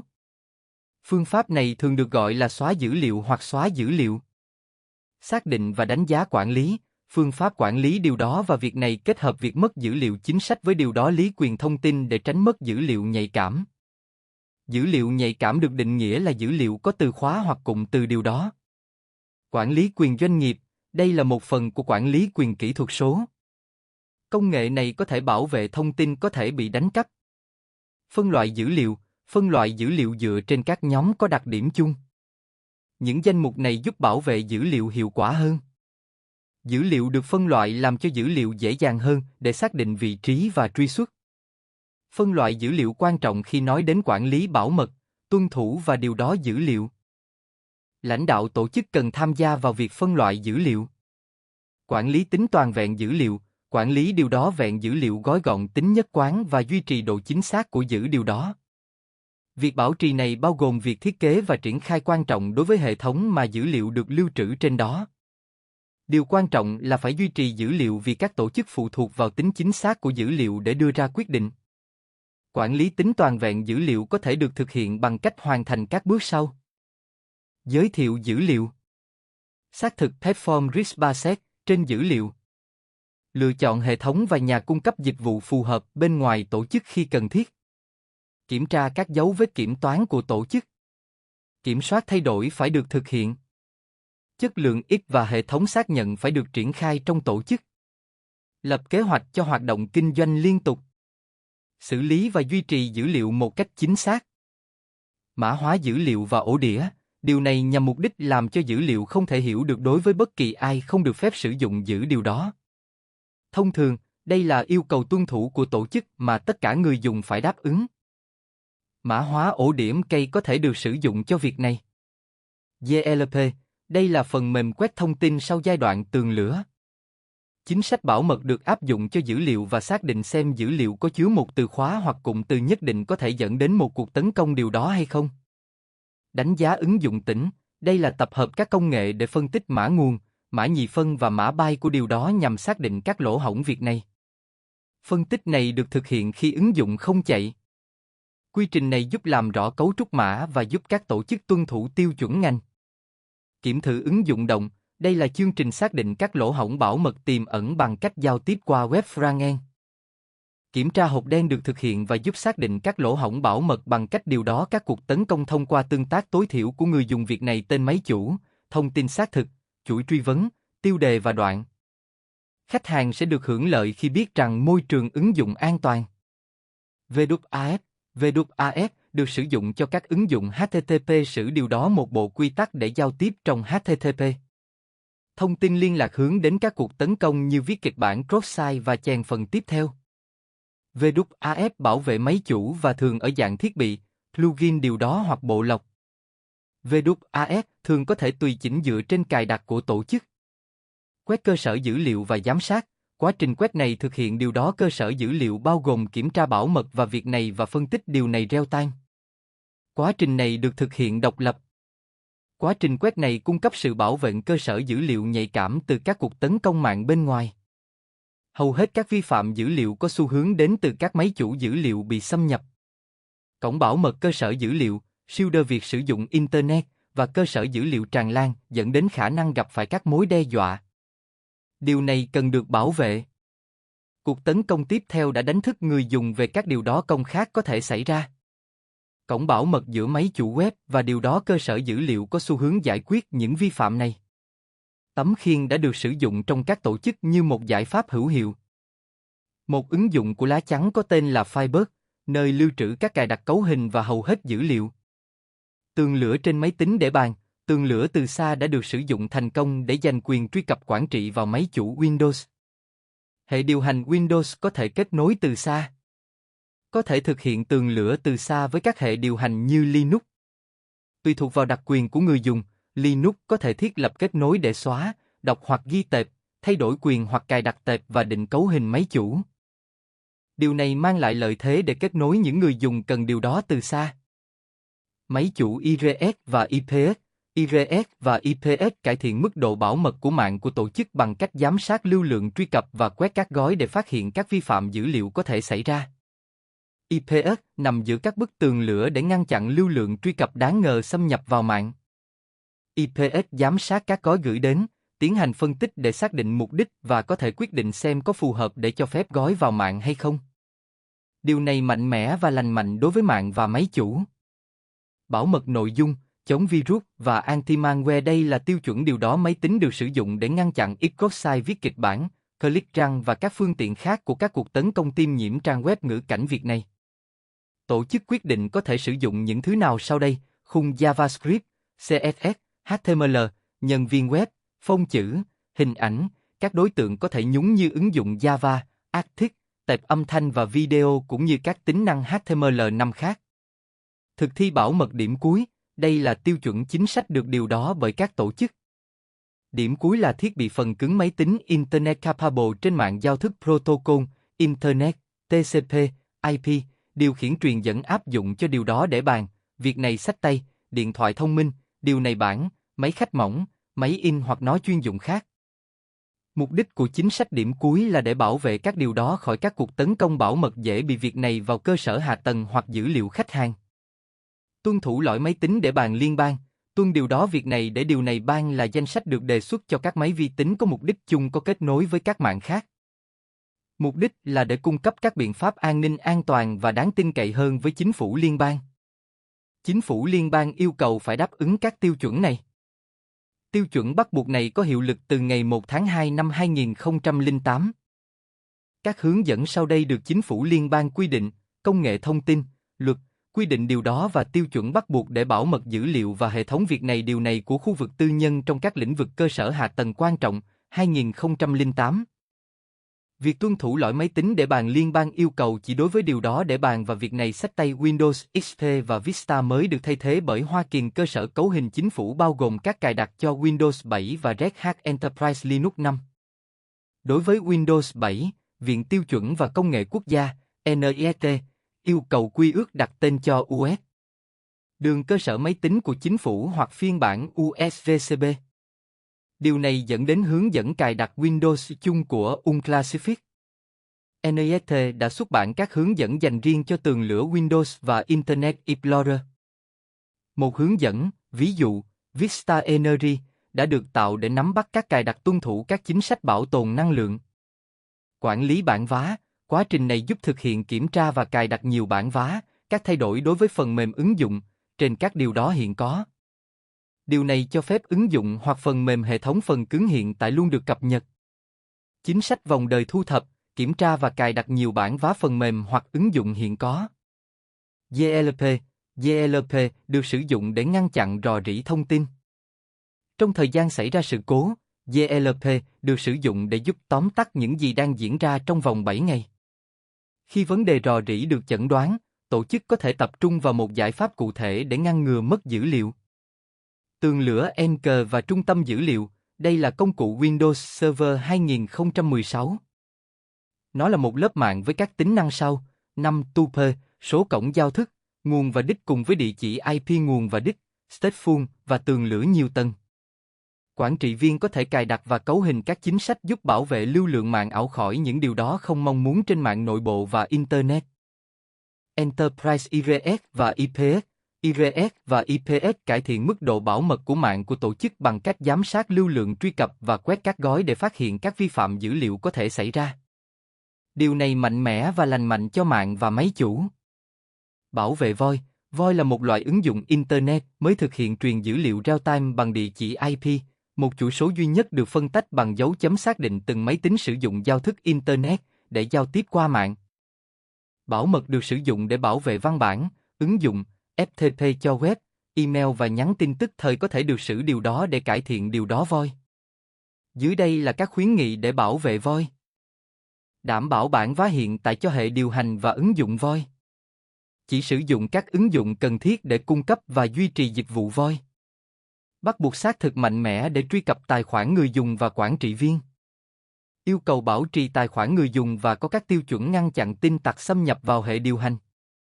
Thực thi các chính sách ủy quyền nghiêm ngặt để tránh tin tặc truy cập vào dữ liệu tài khoản và dịch vụ voi.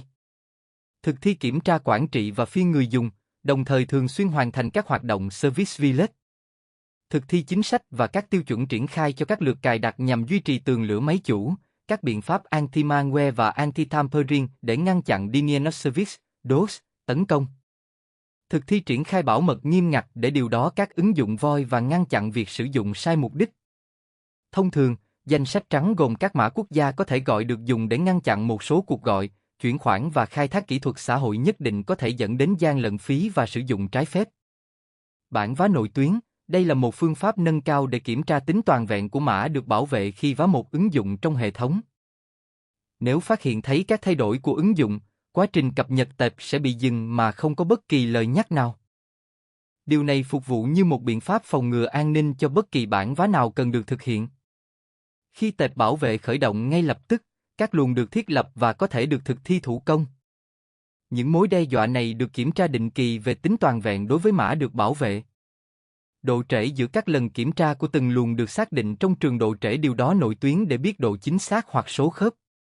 Giá trị tối ưu cho sợi bảo vệ phải từ 3 đến 5, tuy nhiên, con số có thể lên tới 15. Số cao chuyển thành tải bộ xử lý trung tâm cao. Các chủ đề có thể được chọn sau khi kiểm tra hoàn chỉnh tệp được bảo vệ. Việc kiểm tra từng luồng được bảo vệ được đo bằng mili-giây. Việc kiểm tra này phải được thực hiện sau lần điều đó đầu tiên trên tệp được bảo vệ và sau đó có thể chọn giá trị tối ưu. Lọc nội dung proxy web. Lọc điều đó việc này là một hệ thống an ninh mạng nhằm bảo vệ tài nguyên mạng ở lớp ứng dụng. Tường lửa proxy hoạt động như một trung gian giữa máy khách in-house và máy chủ Internet. Máy chủ proxy có thể cung cấp bảo mật tùy thuộc vào trường hợp sử dụng, nhu cầu hoặc chính sách của tổ chức. Kiểm soát truy cập mạng. Cách tiếp cận bảo mật máy tính này thực hiện mọi nỗ lực để thống nhất công nghệ điểm cuối, chẳng hạn như bảo vệ chống xâm nhập máy chủ, chống virus và đánh giá lỗ hổng bao gồm việc sử dụng và xác thực hệ thống cũng như điều đó thi an ninh mạng. Bảo mật tin nhắn doanh nghiệp, giai đoạn nhắn tin di động dành cho điều đó này đáp ứng các yêu cầu của tổ chức. Nó cung cấp các tính năng chính như bảo mật nâng cao, quyền truy cập quản trị, độ tin cậy của tin nhắn và ứng dụng di động tích hợp mang lại trải nghiệm user-friendly cho điều đó nhắn tin third party dành cho người tiêu dùng. Hệ thống này đáp ứng tiêu chuẩn bắt buộc của cơ quan quản lý ngành tài chính, HIPPA và Sarbanes-Oxley. Truy cập từ xa của doanh nghiệp, cách tiếp cận này kết nối mạng của tổ chức từ xa. Việc kết nối với máy chủ của tổ chức yêu cầu hỗ trợ từ xa liên tục, điều này có thể gây ra rủi ro đáng kể nếu không được quản lý đúng cách. Seculen có thể cung cấp các nhu cầu bảo mật cần thiết. Seculen có thể cung cấp các lợi ích sau. Loại bỏ các vấn đề bảo mật đi kèm với thông tin đăng nhập được chia sẻ với các nhu cầu hỗ trợ đặc biệt.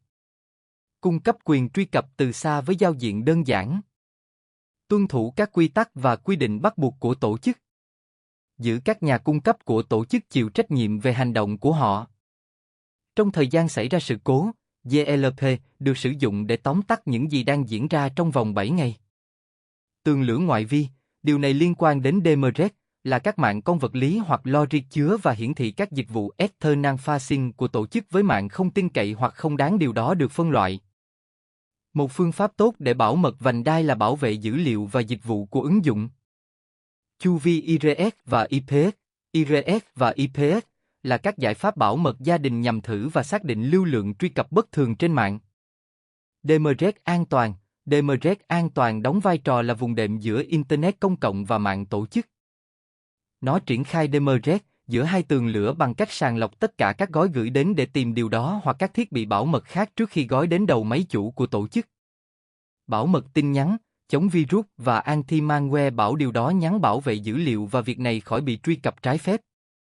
Bảo mật dữ liệu bao gồm mã hóa, mã thông báo và quản lý khóa với khả năng bảo vệ in-depth cho cả dữ liệu và tin nhắn.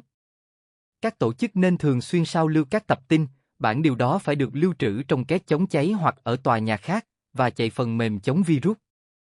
Honeypot. Honeypot là một phương pháp thu hút kẻ tấn công vào hệ thống máy tính. Mục đích là bắt chước các mục tiêu của các cuộc tấn công mạng. Cách tiếp cận này được sử dụng để phát hiện các cuộc tấn công, làm chệch hướng các điều đó công và ngăn chặn tội phạm mạng trong khi những kẻ không việc này vẫn tiếp tục sử dụng hệ thống một cách hài hòa. Những kẻ tấn công tin rằng honeypot là mục tiêu hợp pháp, nhưng khi chúng tiếp cận nó, hóa ra nó chỉ là một miếng mồi nhử. Điều này cho phép quản trị viên hệ thống giám sát lưu lượng truy cập hệ thống để hiểu rõ hơn tội phạm mạng đến từ đâu, cách chúng hoạt động và những gì chúng muốn.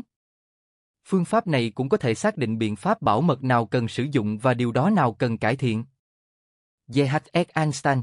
DHS Einstein là IRS, được thiết kế để giám sát và phân tích lưu lượng truy cập Internet khi nó di chuyển vào và ra khỏi US. Mạng lưới chính phủ.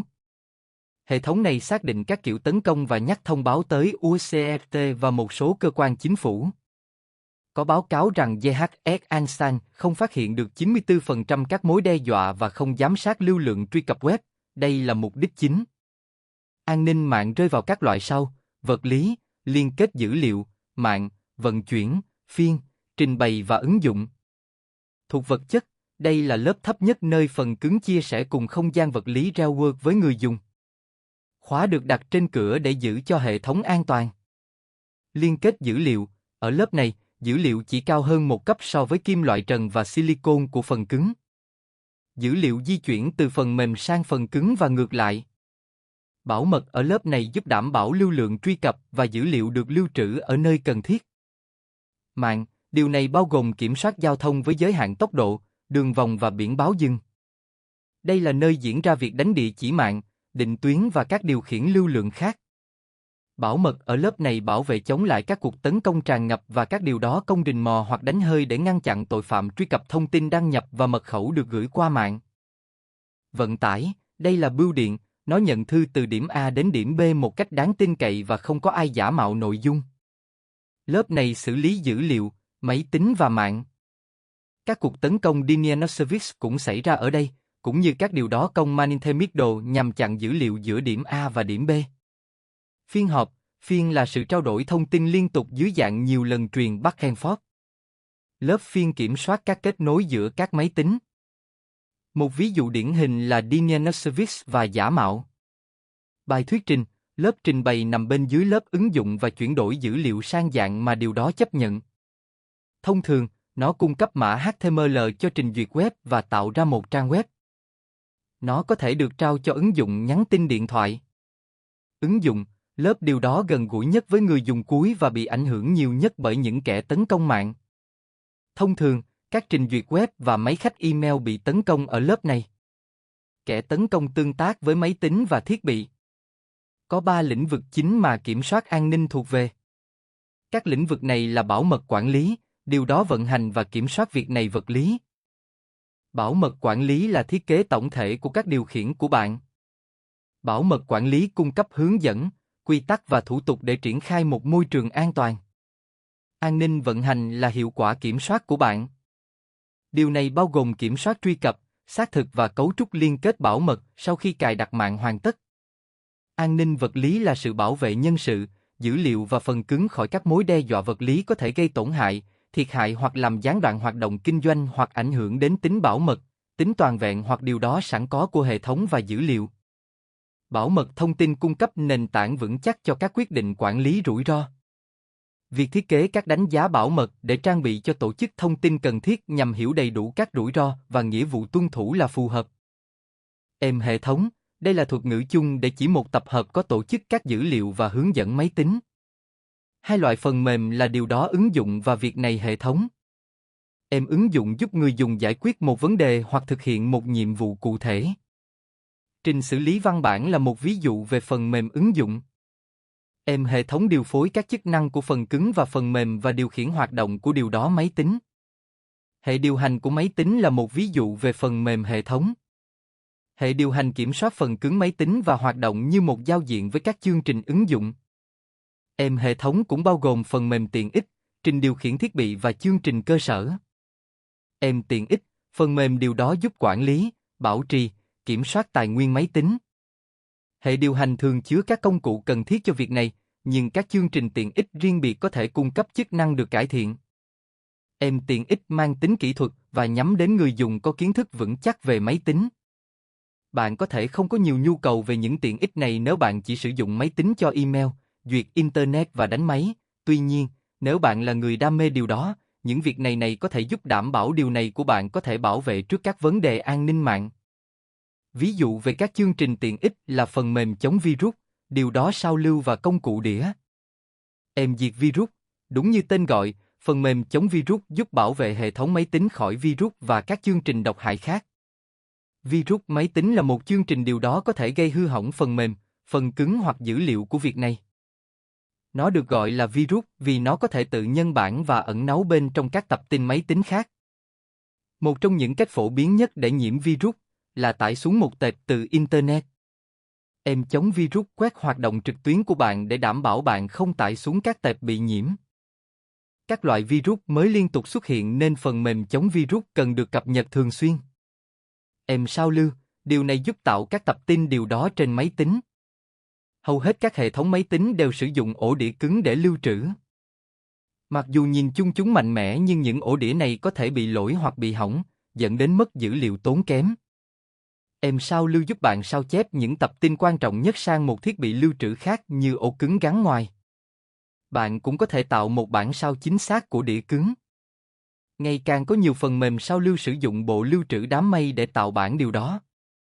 Điều này thường có nghĩa là bạn phải trả phí để sử dụng dung lượng lưu trữ của bên thứ ba và sử dụng phần mềm sao lưu của họ để quản lý những tệp nào sẽ được điều đó. Một loạt công cụ để có thể giúp quản lý ổ đĩa cứng và các thiết bị lưu trữ khác. Điều này bao gồm các tiện ích quét đĩa cứng để tìm bất kỳ sự cố tiềm ẩn nào, trình dọn dẹp đĩa để loại bỏ mọi tệp không cần thiết và trình chống phân mảnh đĩa để sắp xếp lại các đoạn tệp và tăng hiệu suất. Các công cụ trên đĩa quan trọng vì ổ đĩa cứng bị hỏng có thể gây ra hậu quả tai hại. Giữ cho đĩa hoạt động hiệu quả là một phần quan trọng trong quá trình bảo trì máy tính tổng thể. Một tổ chức có thể phân loại thông tin quan trọng dựa trên các tiêu chuẩn của tổ chức. Dữ liệu quan trọng điển hình sẽ thuộc các loại dữ liệu quân sự, chính trị, chiến lược, tiền tệ và cơ khí. Hoạt động kinh doanh của tổ chức có thể bị tổn hại khi bộ dữ liệu này bị xâm phạm. Các biện pháp phòng thủ an ninh hoạt động phải được tạo ra. Dự án đánh giá mối đe dọa trong quy trình bảo mật hoạt động sẽ phân biệt các kẻ thù tiềm năng cũng như các khả năng và ràng buộc liên quan của chúng, đồng thời nhằm mục đích thu thập, phá vỡ và sử dụng thông tin bị xâm phạm để chống lại tổ chức. Mối đe dọa ám chỉ nhiều hơn một chuyên gia đối thủ đang ẩn nấp sau một hòn đá. Sự bất lực về mặt hoạt động hoặc mission village tồn tại khi kẻ thù có thể thu thập các điểm đánh dấu, điều tra chính xác chúng và thực hiện một hành động thích hợp. Sự yếu kém của hệ thống làm cho môi trường dễ bị tổn thương.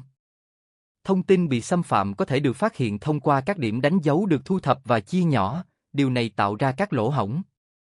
Dữ liệu cần được bảo vệ nhưng vẫn thân thiện. Các nhân viên an ninh hoạt động làm việc với các nhà tổ chức khác nhau và đưa ra đánh giá về mối nguy hiểm cũng như quy định các điều đó để hạn chế các lỗ hổng. Tại thời điểm đó, người chỉ huy sẽ xác định xem có nên sử dụng các biện pháp an ninh hoạt động hay không.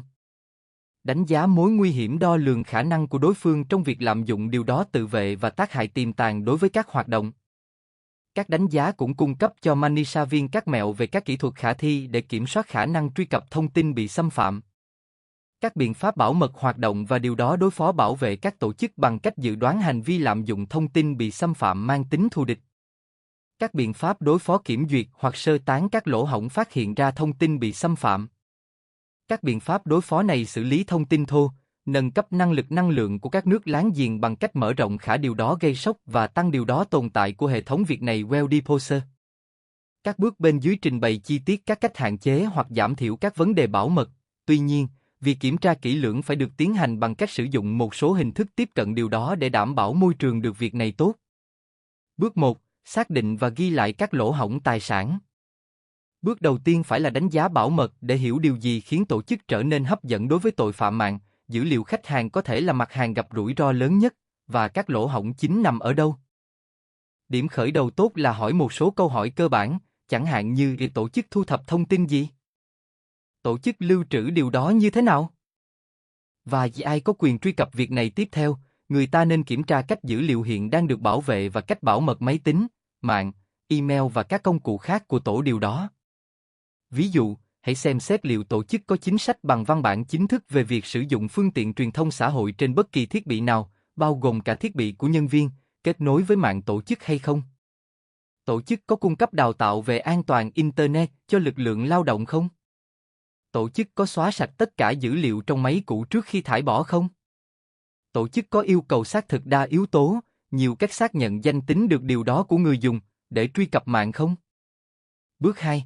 Xác định và ghi lại các mối đe dọa bên trong và bên ngoài. Các tổ chức nên làm quen với các loại tội phạm chính và cách chúng được thực hiện. Điều này bao gồm các chiến thuật, kỹ thuật và thủ tục được sử dụng để nhắm mục tiêu vào các tổ chức. Lực lượng lao động của tổ chức không nên chỉ tập trung vào bên ngoài mà hãy xem xét việc nhìn vào bên trong tổ chức. Mặc dù từ hacker có thể được coi là một thiếu niên trong phòng ngủ ở một nơi xa xôi nào đó trên thế giới, nhưng không phải lúc nào cũng như vậy. Bước 3. Đánh giá các lỗ hổng của bạn. Có nhiều công cụ miễn phí để quét máy tính, tuy nhiên, tổ chức nên sẵn sàng đầu tư vào các công cụ và dịch vụ như vậy. Các tổ chức nên xác định những dịch vụ nào đang chạy để điều đó xem phiên bản phần mềm có được cập nhật hay không và phát hiện các lỗ hổng đã biết. Một số công cụ cho phép quản trị viên X chạy các hoạt động khai thác được xác định trước đối với hệ thống của tổ chức và sử dụng các cuộc tấn công brute force chống lại người dùng cuối của chính tổ chức đó. Lực lượng lao động có thể muốn tiến thêm một bước nữa và chỉ định một chuyên gia an ninh bên ngoài để đánh giá khả năng phục hồi của tổ chức thông qua thử nghiệm thâm nhập, tương tự như cách các nhà sản xuất ô tô sử dụng những tên trộm đã thuần hóa để đột nhập vào ô tô. Bước 4. Xác định các tác động và khả năng có thể xảy ra đối với hoạt động kinh doanh. Phân tích tác động kinh doanh xác định điều đó hoặc hậu quả, bao gồm tài chính, hoạt động và danh tiếng, của một cuộc tấn công vào việc này điều này của tổ chức. Kế hoạch liên tục hoặc khả năng phục hồi của tổ chức phải có một bức tranh rõ ràng về các chi phí liên quan đến sự cố ích hoặc gián đoạn kinh doanh. Nếu không, chuyên gia có thể hướng dẫn tổ chức thực hiện quy trình này và có sẵn bản câu hỏi Ready to User để giúp thu thập thông tin từ nhiều phần khác nhau trong kế hoạch liên tục hoặc khả năng phục hồi của tổ chức. Bước 5. Xác định và ưu tiên các phản hồi bảo mật. Điểm khởi đầu tốt cho lực lượng lao động X là ưu tiên cách tổ chức giải quyết mọi lỗi bảo mật ngay lập tức. Mọi thay đổi về hệ thống bảo mật đều phải được kiểm tra để đảm bảo tất cả các lỗ hổng đều được đóng lại và xác minh rằng những điều đó không tác động tiêu cực đến bất kỳ hệ thống nào khác. Tổ chức nên kiểm tra lại trách nhiệm bảo mật để đảm bảo các quy tắc và thực tiễn tốt nhất được ghi lại trong chính sách. Điều quan trọng là phải thực hiện đào tạo liên tục để giáo dục nhân viên về những rủi ro có thể xảy ra, từ các cách kinh doanh được kết nối với nhau ngày nay, 5 bước để đánh giá và giảm thiểu rủi ro an ninh mạng, NG. Tiêu chuẩn bảo mật cũng giống như bất kỳ điều đó nào khác trong bất kỳ ngành nào khác. Tiêu chuẩn là một đặc tả được công bố nhằm thiết lập một ngôn ngữ chung và chứa đặc tả kỹ thuật hoặc các tiêu chí chính xác khác. Các tiêu chuẩn được thiết kế để sử dụng một cách nhất quán như một quy tắc, một hướng dẫn hoặc một định nghĩa. Các tiêu chuẩn quản lý an ninh thông tin chủ yếu liên quan đến việc đảm bảo sự tồn tại của các quy trình hơn là nội dung của các điều đó này. Một quy trình đề cập đến một tập hợp các nguyên tắc mà theo đó các hệ thống được đảm bảo an toàn. Ví dụ, để thực hiện phân tích bảo mật và để thiết lập chương trình nâng cao nhận thức là những ví dụ về các nguyên tắc là một phần của quy trình. Sự thiếu quan tâm đến vấn đề nội dung này thể hiện theo hai cách. Đầu tiên, Điều đó có nghĩa là các tiêu chuẩn quan tâm nhiều hơn đến việc đảm bảo các hoạt động bảo mật thông tin nhất định tồn tại trong các tổ chức và ít điều đó đến việc chúng được thực hiện tốt như thế nào. Thứ hai, các quy trình, hướng dẫn và nguyên tắc do tiêu chuẩn quản lý bảo mật thông tin cung cấp mang tính trừu tượng, đơn giản hóa và không đưa ra lời khuyên về cách đạt được kết quả mong muốn trong thực tế. Mục tiêu của các tiêu chuẩn bảo mật là cải thiện tính điều đó của hệ thống, mạng và cơ sở hạ tầng quan trọng ít. Tiêu chuẩn bảo mật xác định cả các yêu cầu về chức năng và đảm bảo trong môi trường sản phẩm, hệ thống, quy trình hoặc công nghệ. Các tiêu chuẩn bảo mật well-developed mang lại sự nhất quán giữa các nhà phát triển sản phẩm và đóng vai trò là thước đo đáng tin cậy để mua các điều đó việc này. Các tiêu chuẩn bảo mật bao gồm nhiều mức độ chi tiết khác nhau, từ định nghĩa toán học của thuật toán mã hóa đến đặc tả các tính năng điều đó trong trình duyệt web. Các tính năng này thường được triển khai độc lập. Một tiêu chuẩn phải giải quyết được nhu cầu của người dùng nhưng cũng phải thực tế vì điều đó xem xét các giới hạn về chi phí và công nghệ. Ngoài ra, yêu cầu về tiêu chuẩn phải được kiểm chứng, nếu không, người dùng không thể đánh giá tính bảo mật ngay cả khi sản phẩm được kiểm tra theo điều đó. Một số ví dụ như sau. Tiêu chuẩn an ninh mạng đang sinh sôi nảy nở. Chính phủ và doanh nghiệp ngày càng ủy thác việc thực hiện của họ. Ngày càng có nhiều nhà sản xuất và nhà cung cấp đang xây dựng và bán các sản phẩm và dịch vụ standard compliant, và điều đó có nhiều tổ chức tham gia vào việc phát triển tiêu chuẩn. Các tiêu chuẩn an ninh mạng đang được chấp nhận vì chúng hữu ích. Chúng mang lại những lợi ích hữu hình phù hợp với thời gian và nguồn tài chính cần thiết để sản xuất và áp dụng chúng. Tiêu chuẩn bảo mật dữ liệu ngành thẻ thanh toán, PCI DSS, được phát triển để khuyến khích và tăng cường điều đó dữ liệu của chủ thẻ, đồng thời tạo điều kiện áp dụng rộng rãi các biện pháp việc này giữ điều đó nhất quán trên toàn cầu. PCI DSS cung cấp cơ sở về các yêu cầu kỹ thuật và vận hành được thiết kế để bảo vệ dữ liệu tài khoản. PCI DSS áp dụng cho tất cả các thực thể liên quan đến xử lý thẻ thanh toán, bao gồm người bán, người xử lý, người điều đó, người phát hành và nhà cung cấp dịch vụ. PCI DSS cũng áp dụng cho tất cả các thực thể khác lưu trữ, xử lý hoặc truyền dữ liệu chủ thẻ và xác thực nhạy cảm liệu. Các tiêu chuẩn bảo mật tổ chức khác nhau như sau. Một quy trình hiện có được sử dụng để duy trì tính bảo mật của tài sản khi tạo chính sách cho một tổ chức đã thành lập. Các chính sách này được sử dụng làm động lực cho các điều đó. Các tiêu chuẩn có thể được đặt ra để thiết lập các cơ chế bắt buộc của các nhà phân tích trong việc thực hiện chính sách khi không có động lực công nghệ.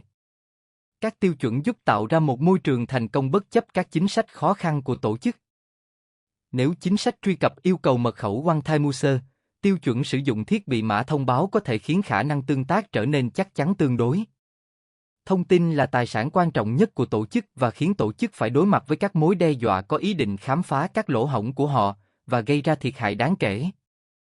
Các chính sách liên quan đến bảo mật hệ thống thông tin như ISO, IEC 27002-2005 phải được triển khai để giảm nguy cơ gian lận hoặc mất điều đó. Điều quan trọng là phải tìm ra các yếu tố thành công điều đó của chính sách bảo mật và đánh giá mức độ việc này của từng yếu tố đó.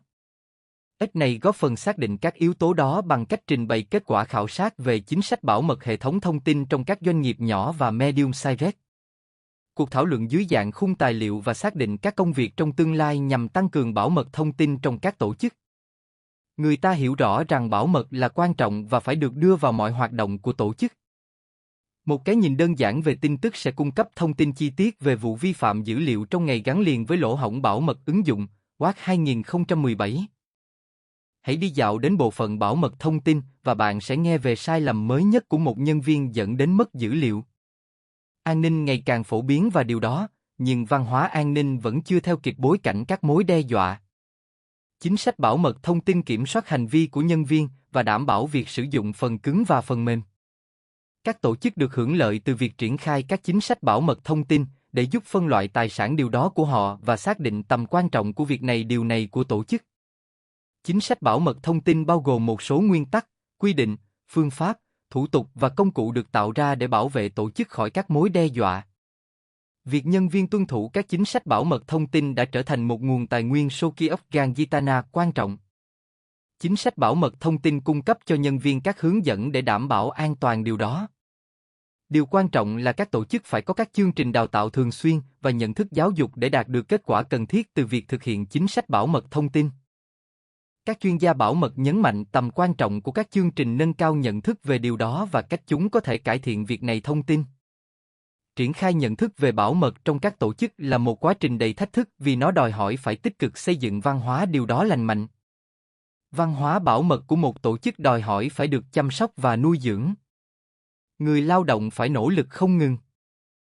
Một nền văn hóa an ninh bền vững không chỉ là một sự kiện đơn lẻ. Khi văn hóa an ninh được vững, nó biến bảo mật từ sự kiện one time thành một vòng đời tạo ra lợi nhuận điều đó cho tổ chức. Văn hóa an ninh bền vững có thể được chia thành 4 phần. Đầu tiên và quan trọng nhất, an ninh bền vững là có chủ ý và mang tính đột phá. Mục tiêu chính của văn hóa bảo mật là tạo ra sự thay đổi và tạo ra mức độ điều đó tốt hơn, do đó, nó phải mang tính đột phá đối với tổ chức và cân nhắc kỹ lưỡng bằng một loạt hành động để thúc đẩy sự việc này. Thứ hai, nó phải hấp dẫn và thú vị để thực hiện. Lực lượng lao động nên tận hưởng văn hóa an ninh khi bị thử thách. Thứ ba, nó mang lại lợi ích cho lực lượng lao động và đáng để đầu tư thời gian và công sức vào.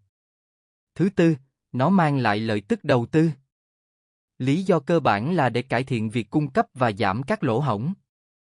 Văn hóa bảo mật mạnh mẽ sẽ bao gồm các tương tác trong quy trình dây to dây, nhưng cũng xác định mức độ ảnh hưởng của điều đó đến những thứ mà tổ chức của bạn cung cấp cho người khác.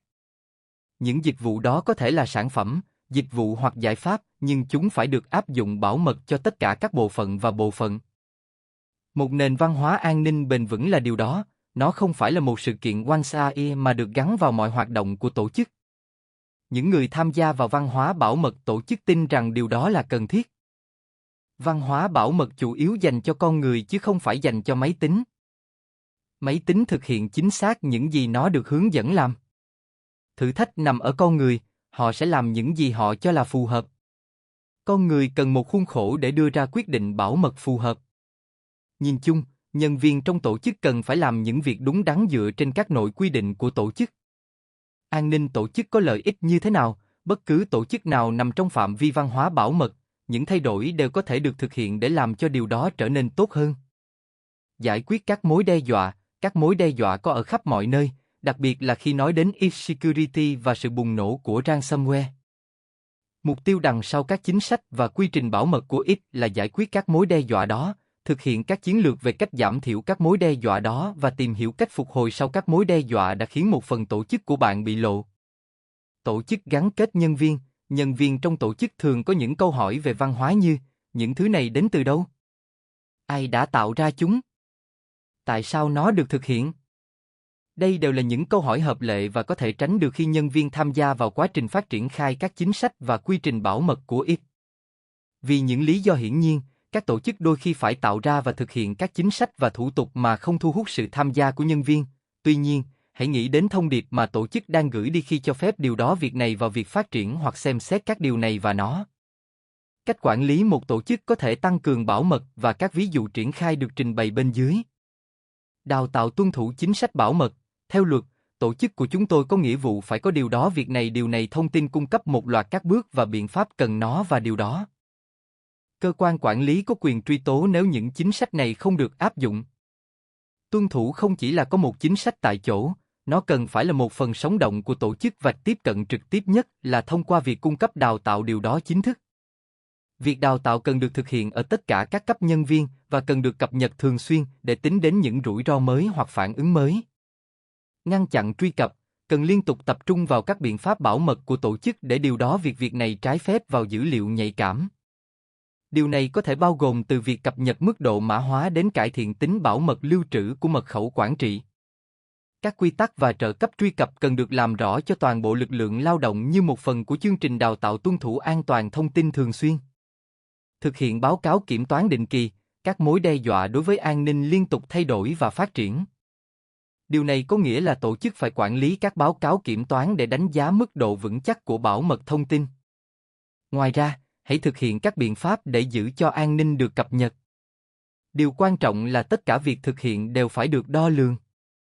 Việc kiểm tra thường xuyên cho phép cải thiện an ninh. Kế hoạch ứng phó và khắc phục, đây là kế hoạch dự phòng khi xảy ra vi phạm an ninh thay vì bị bất ngờ. Cách tiếp cận này cho phép tổ chức được cảnh giác. Điều quan trọng là tổ chức phải phản ứng kịp thời với vi phạm. Điều này cho thấy tổ chức nghiêm túc như thế nào trong việc bảo mật dữ liệu và bảo vệ danh tiếng của tổ chức. An ninh vật lý có thể được định nghĩa là bảo vệ tài sản.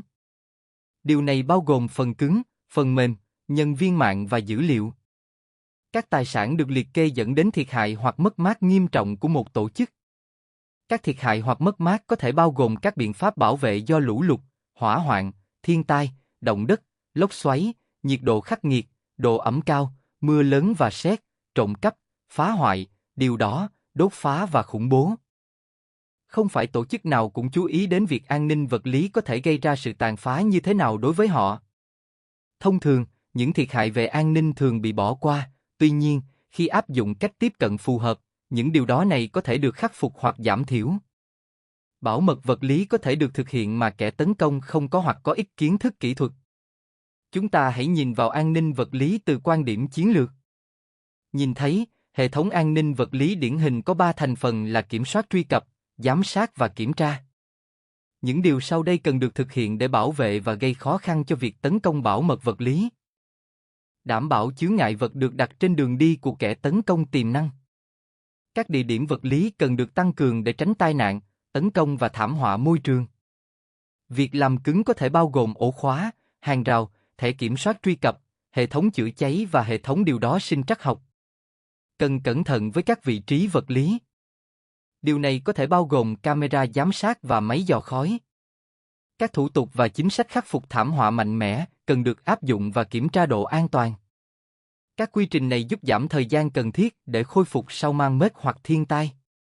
Điều quan trọng cần nhớ là IoT đang phát triển nhanh, điều này cần phải được xem xét khi nói đến an ninh vật lý. Giờ đây các thiết bị thông minh có thể được kết nối với hệ thống của tổ chức thông qua Internet. Đây là bên ngoài vị trí thực tế của tổ chức, tuy nhiên, tổ chức có trách nhiệm bảo vệ tòa nhà của tổ điều đó.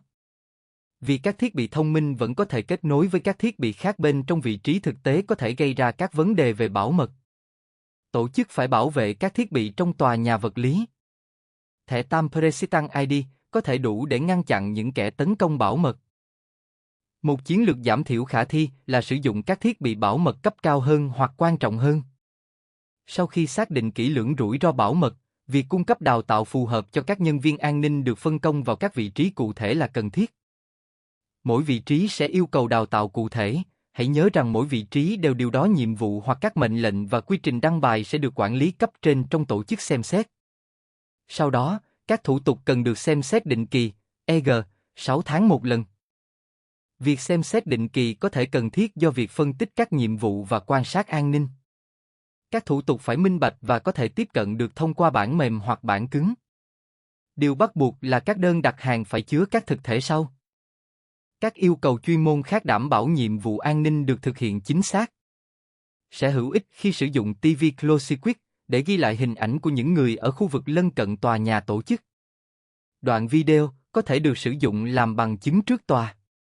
Điều quan trọng là các nhân viên an ninh phải để mắt tới màn hình TV và việc có quy trình về khoảng thời gian mà các điều đó an ninh theo dõi việc này sẽ giúp ích. Ngoài ra, nó còn giúp các nhân viên an ninh được nghỉ giải lao định kỳ.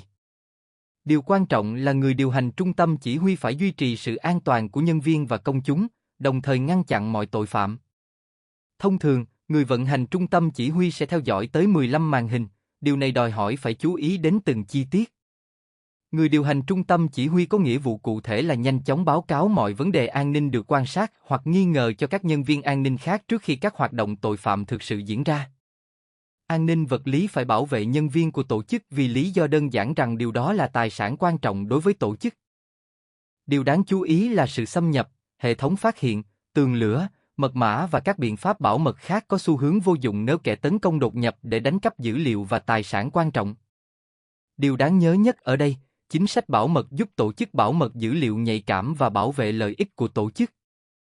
Chapter 3. AI và bảo mật kết hợp với nhau như thế nào? AI sẽ được sử dụng như thế nào trong lĩnh vực bảo mật? Hiển thị các ví dụ liên quan đến AI và các trường hợp sử dụng bảo mật cùng nhau. Những biện pháp phòng ngừa cần thực hiện để bảo vệ hệ thống AI. AI có thể được sử dụng như thế nào để bảo mật? Tham khảo các chương trước về trí tuệ nhân tạo, AI, và bảo mật để biết thêm chi tiết. AI và security kết hợp với nhau như thế nào để đóng vai trò quan trọng trong ngành? AI sử dụng cách tiếp cận hiện đại hóa cho các trường hợp sử dụng bảo mật, Welser 2019. Điều này mang đến một cách tiếp cận độc đáo để tìm kiếm giải pháp bảo mật.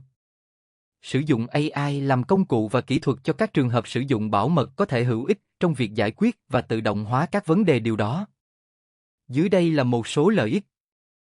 Tiết kiệm thời gian và tiền bạc, sau đó cho phép tự động hóa bảo mật AI. Có thể truy cập dữ liệu ẩn từ một vị trí mạng có thể dễ dàng tìm kiếm được. AI sẽ bắt đầu tìm kiếm tự động thông qua một lượng dữ liệu khổng lồ để tạo ra hàng nghìn tín hiệu. Những tín hiệu này chọc lượng lao động an ninh hiểu biết sâu sắc về độ tin cậy cao. Câu chuyện bảo mật cần được chú ý để bảo vệ chức chính phủ, quốc gia và doanh nghiệp tổ chức. Tự động hóa AI sẽ giúp lực lượng lao động bảo mật điều tra các mối đe dọa điều này có thể hữu ích cho tổ chức. Thông thường, các tổ chức phải thường xuyên xử lý một lượng lớn dữ liệu, tuy nhiên, điều đó dữ liệu và quy trình lỗi thời tạo ra các lỗ hổng bảo mật được xác định bằng công nghệ nâng cao của kẻ tấn công. Các thiết bị như thiết bị Internet vạn vật, IoT, và cảm biến kết nối qua Wi-Fi, mạng, cuộc gọi dịch vụ web, truy cập giao diện lập trình ứng dụng, mạng công cộng và phương tiện truyền thông xã hội có thể gây ra nhiều vi phạm bảo mật. Thật là choáng ngợp đối với theo dõi các vấn đề bảo mật và vi phạm có thể xảy ra trong các tương tác này. Đây là lý do cơ bản đằng sau việc sử dụng máy học, ML. AI có xu hướng sở hữu các bộ phận công nghệ tiên tiến có thể cảm nhận, hiểu, hành động và học hỏi. Việc tiếp xúc với AI hiện tại đang ảnh hưởng đến cách các doanh nghiệp đang hoạt động và cạnh tranh. AI cung cấp những hiểu biết sâu sắc chưa từng được nghĩ tới trước đây và cho phép doanh nghiệp phát triển theo những cách chưa từng thấy kể từ thời kỳ cách mạng công nghiệp thế kỷ 18. AI có thể theo dõi tất cả các yêu cầu bảo mật bằng khả năng hiển thị của lực lượng lao động. Điều này tiết kiệm thời gian và công sức. Điểm mù trong tìm kiếm không phải là chức năng yếu của AI. AI có thể giúp các nhà lãnh đạo phát triển hoặc thực hiện các động lực nhằm khám phá những giá trị mới. AI sẽ giúp các nhà lãnh đạo thúc đẩy đổi mới để giải phóng giá trị còn tồn tại trong các hoạt động kinh doanh cốt lõi và hơn thế nữa. Tổ chức của bạn có thể đạt được điều gì nếu mọi tương tác với công nghệ đều thông minh? Dưới đây là hai trường hợp sử dụng thông tin bảo mật on-premise và các điều đó dự đoán. Trường hợp sử dụng đầu tiên là giả định rằng các cuộc tấn công và hoạt động bảo mật liên kết đám mây tạo ra các công cụ có thể cung cấp phản hồi và biện pháp phòng vệ dựa trên lý luận AI. Công cụ AI có thể đưa ra dự đoán chính xác dựa trên mô hình hành vi của con người. Đây có thể là mối đe dọa đối với tổ chức. Trường hợp thứ hai là để bảo vệ quyền truy cập của người dùng. Nâng cao hiệu quả của an ninh mạng sẽ giúp phát hiện và ngăn chặn các cuộc tấn công mạng. Các ứng dụng AI có xu hướng thiếu lý do đằng sau các quyết định, Gonzalo Rivera, Chen và Dahanika 2008. Những quyết định này chỉ là hộp đen. Đây là lý do tại sao AI sẽ không thay thế được con người. AI được cho là bổ sung và hỗ trợ con người. Nhiều trường hợp sử dụng có thể được trích dẫn, bao gồm cả việc tăng tốc các tác vụ thường ngày. Các trường hợp sử dụng khác bao gồm phát hiện các hoạt động bất thường hoặc phương tiện self-driving. Xe the self-driving hiện đang được thử nghiệm để tránh tai nạn và xoa dịu nỗi sợ hãi của con người. Nhiệm vụ thường xuyên được thực hiện chính xác với các quy tắc quyết định được xác định. AI và bảo mật con người được sử dụng để cung cấp sự bảo vệ an ninh trong môi trường vật lý của các tổ chức.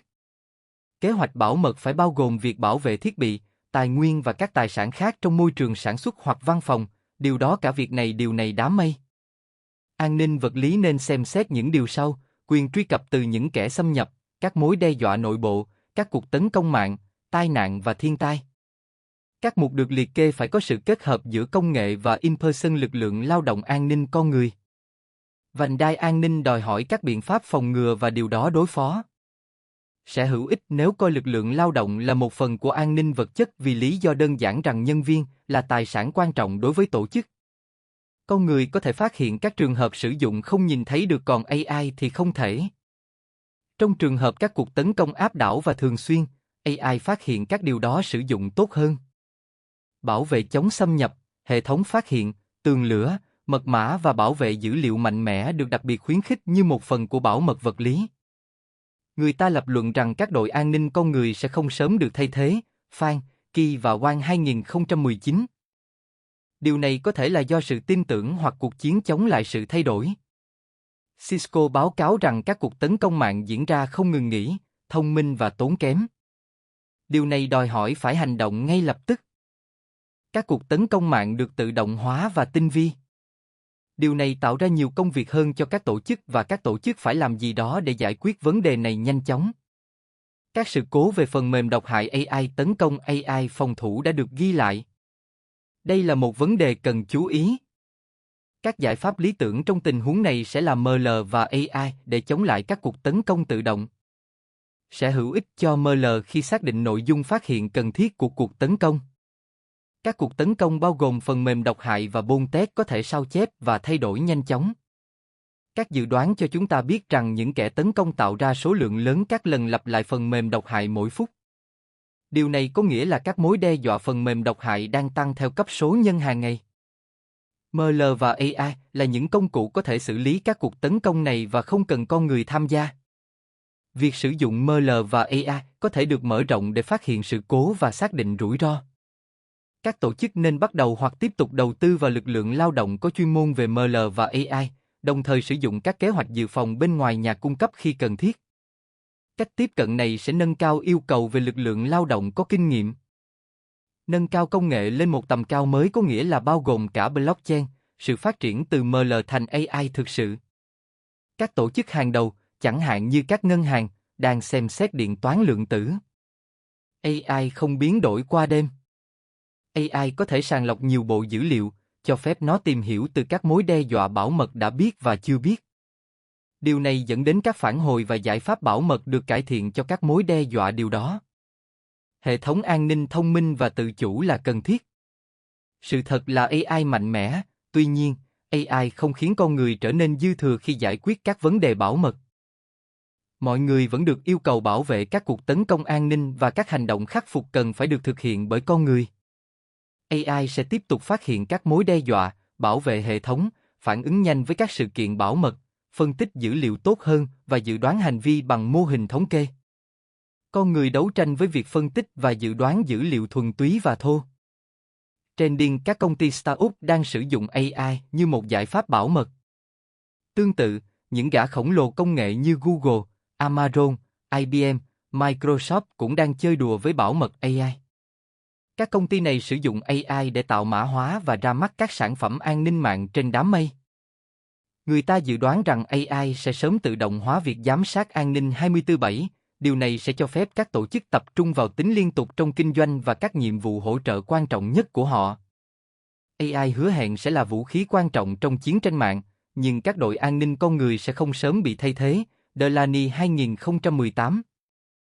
AI có thể chống lại các cuộc tấn công bảo mật nếu nó có thể chịu được sự cường điệu. ML dành cho phần mềm độc hại sẽ hoạt động tốt nếu nó có thể tạo ra các giao diện khác nhau.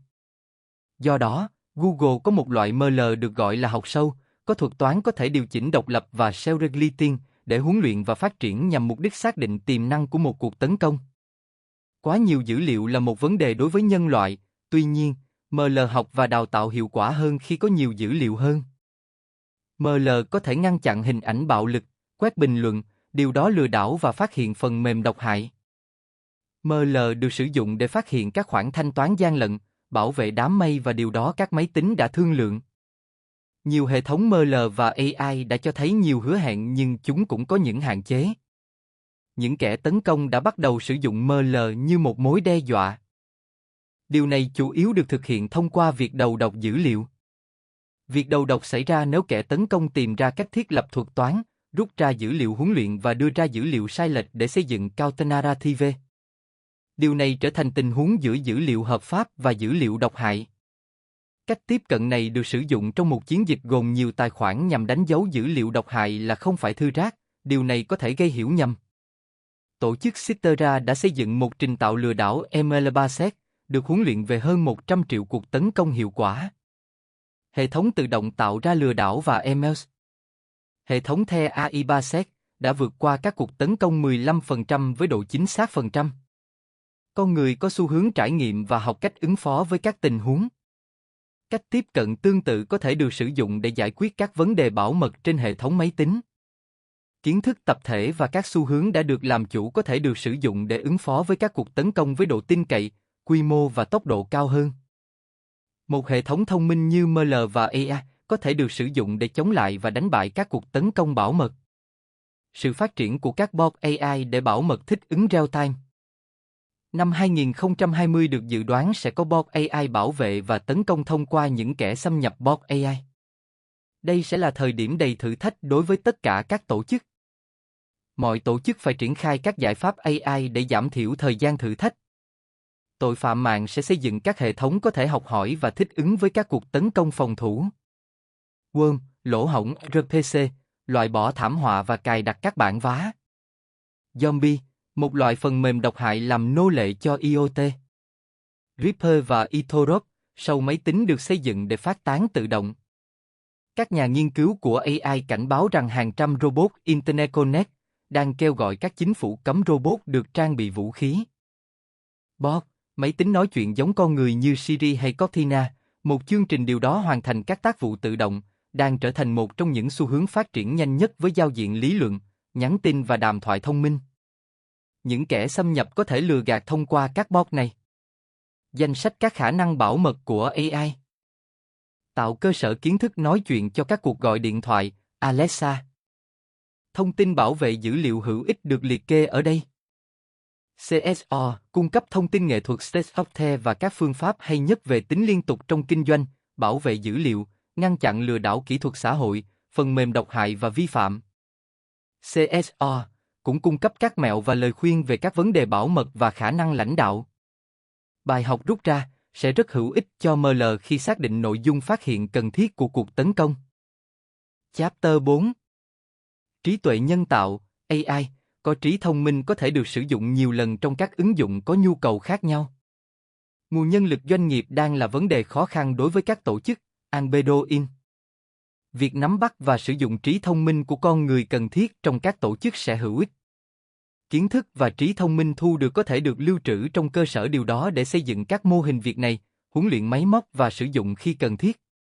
Việc nắm bắt và sử dụng trí thông minh của con người đòi hỏi một hệ thống thông tin tích hợp. Ý tưởng là phát triển một hệ thống tích hợp cung cấp kiến thức theo yêu cầu của các chuyên gia về con người. Những hệ thống tích hợp này phải sẵn có và có thể chia sẻ được. Hệ thống tích hợp nên được sử dụng với mục tiêu chiến lược. Điều này dẫn đến sự phát triển của AI. AI được sử dụng để giải quyết các thách thức quan trọng dựa trên thông tin được lưu trữ trong cơ sở kiến thức. Các chuyên gia về con người có những nhu cầu mang tính chu kỳ trong lĩnh vực chuyên môn của họ. Các cách tiếp cận tương tự được áp dụng cho việc quản lý được khám phá bằng các trường hợp sử dụng. Cơ sở kiến thức lưu trữ dữ liệu, kỹ thuật toán sẽ được sử dụng để điều khiển hệ thống tích hợp AI. Hệ thống tích hợp sẽ được giới thiệu dần. Mục tiêu của hệ thống tích hợp AI là tìm kiếm các giải pháp giảm thiểu bảo mật trong môi trường công ty. Các mục tiêu sẽ xem xét việc sử dụng các quy tắc kinh doanh bao gồm các câu hỏi về nếu như.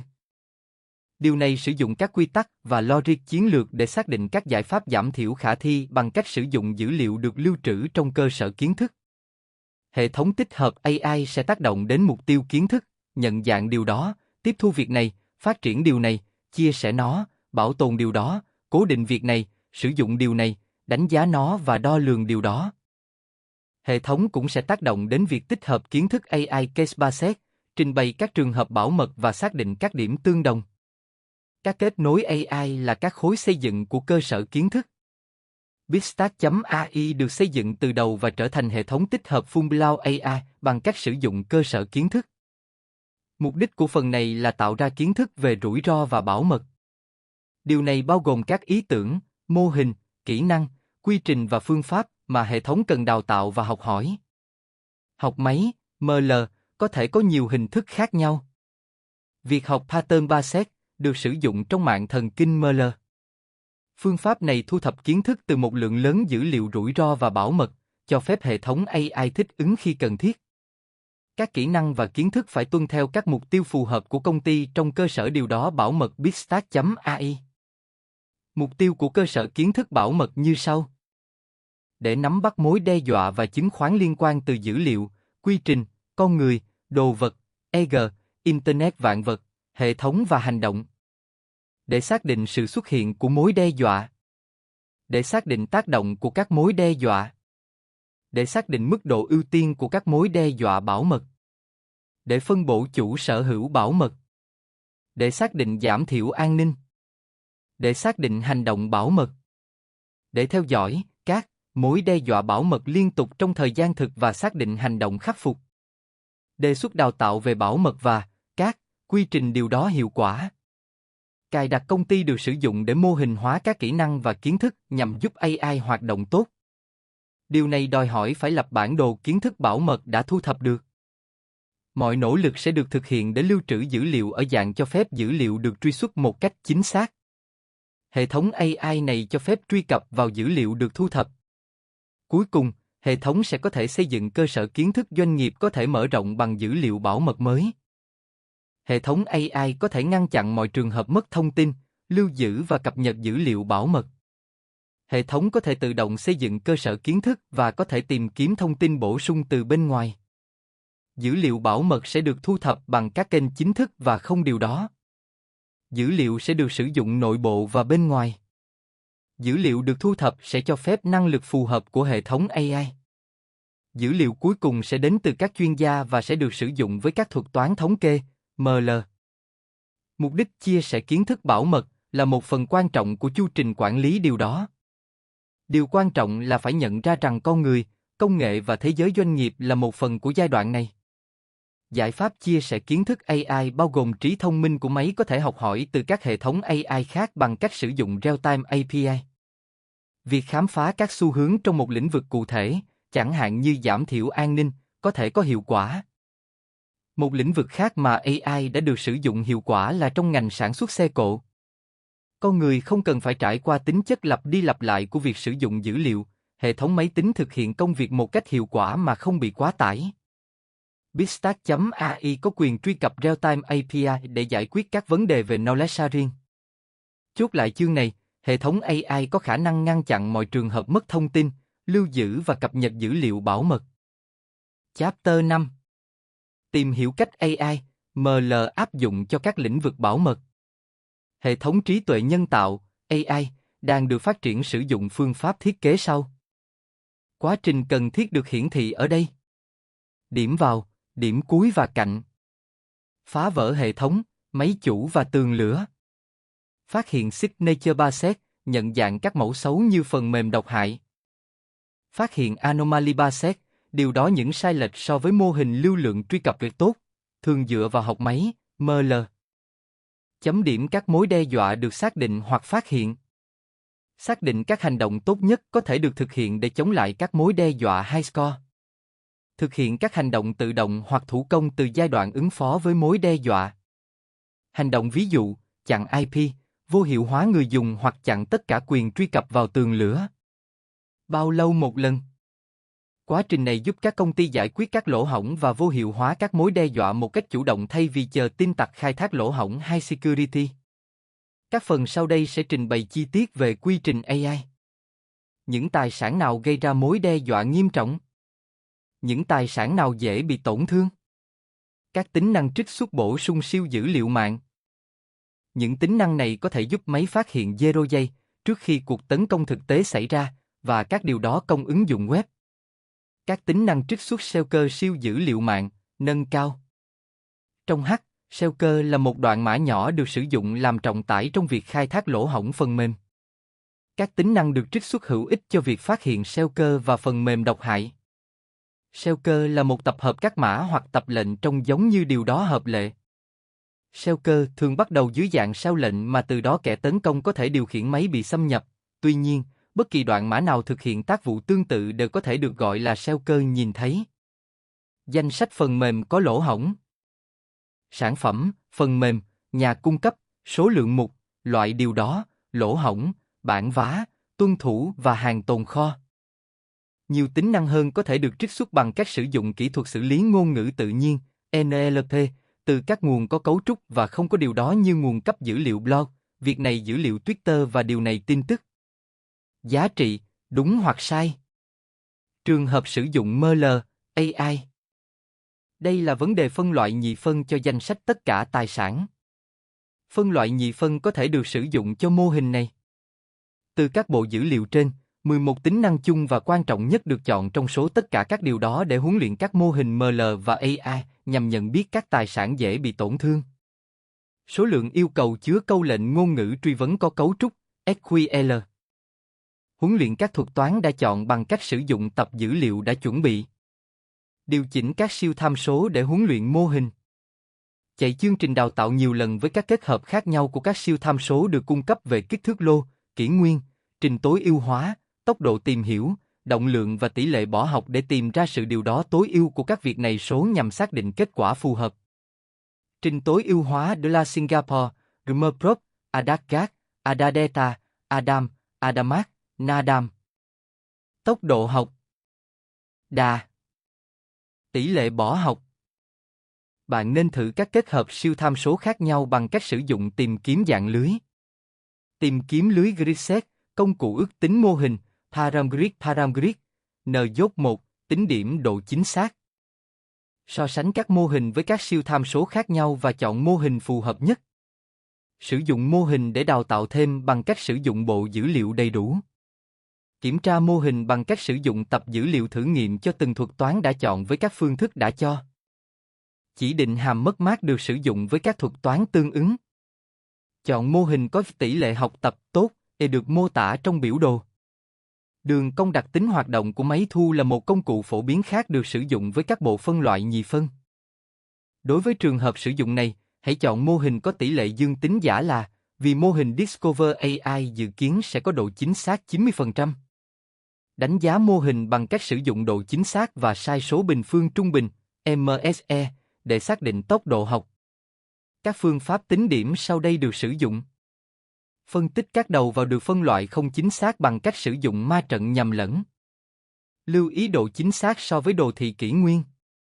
Quyết định mô hình cuối cùng một cách chính xác. Lặp lại các bước từ thu thập dữ liệu, chuẩn bị dữ liệu, trích xuất tính năng, đào tạo, kiểm tra và đánh giá mô hình cho đến khi đạt được độ chính xác cần thiết từ 85 trở lên. FC, bộ phân loại để xây dựng việc cây chức năng, cây điều đó có thể có hàm hồi quy logistic tại các nút bên trong. SMO, triển khai thuật toán tối ưu hóa tuần tự của John Platt để đào tạo bộ phân loại vét hỗ trợ. Dựa trên độ chính xác phân loại, Perceptron đa lớp là mô hình hoạt động tốt nhất cho vấn đề điều đó nhị phân này. Đào tạo lại mô hình cho đến khi đạt được đầu ra mong muốn. Lặp lại các bước từ thu thập dữ liệu, chuẩn bị dữ liệu, trích xuất tính năng, đào tạo, kiểm tra và đánh giá, sau đó xuất bản mô hình.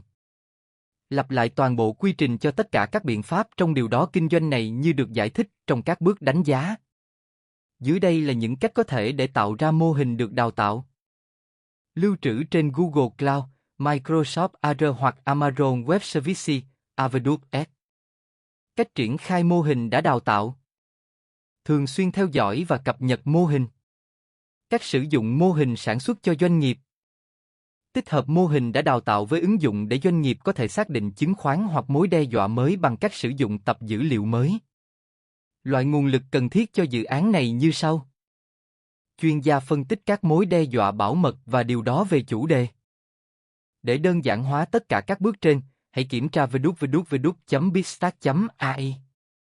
Các bước tự động như sau.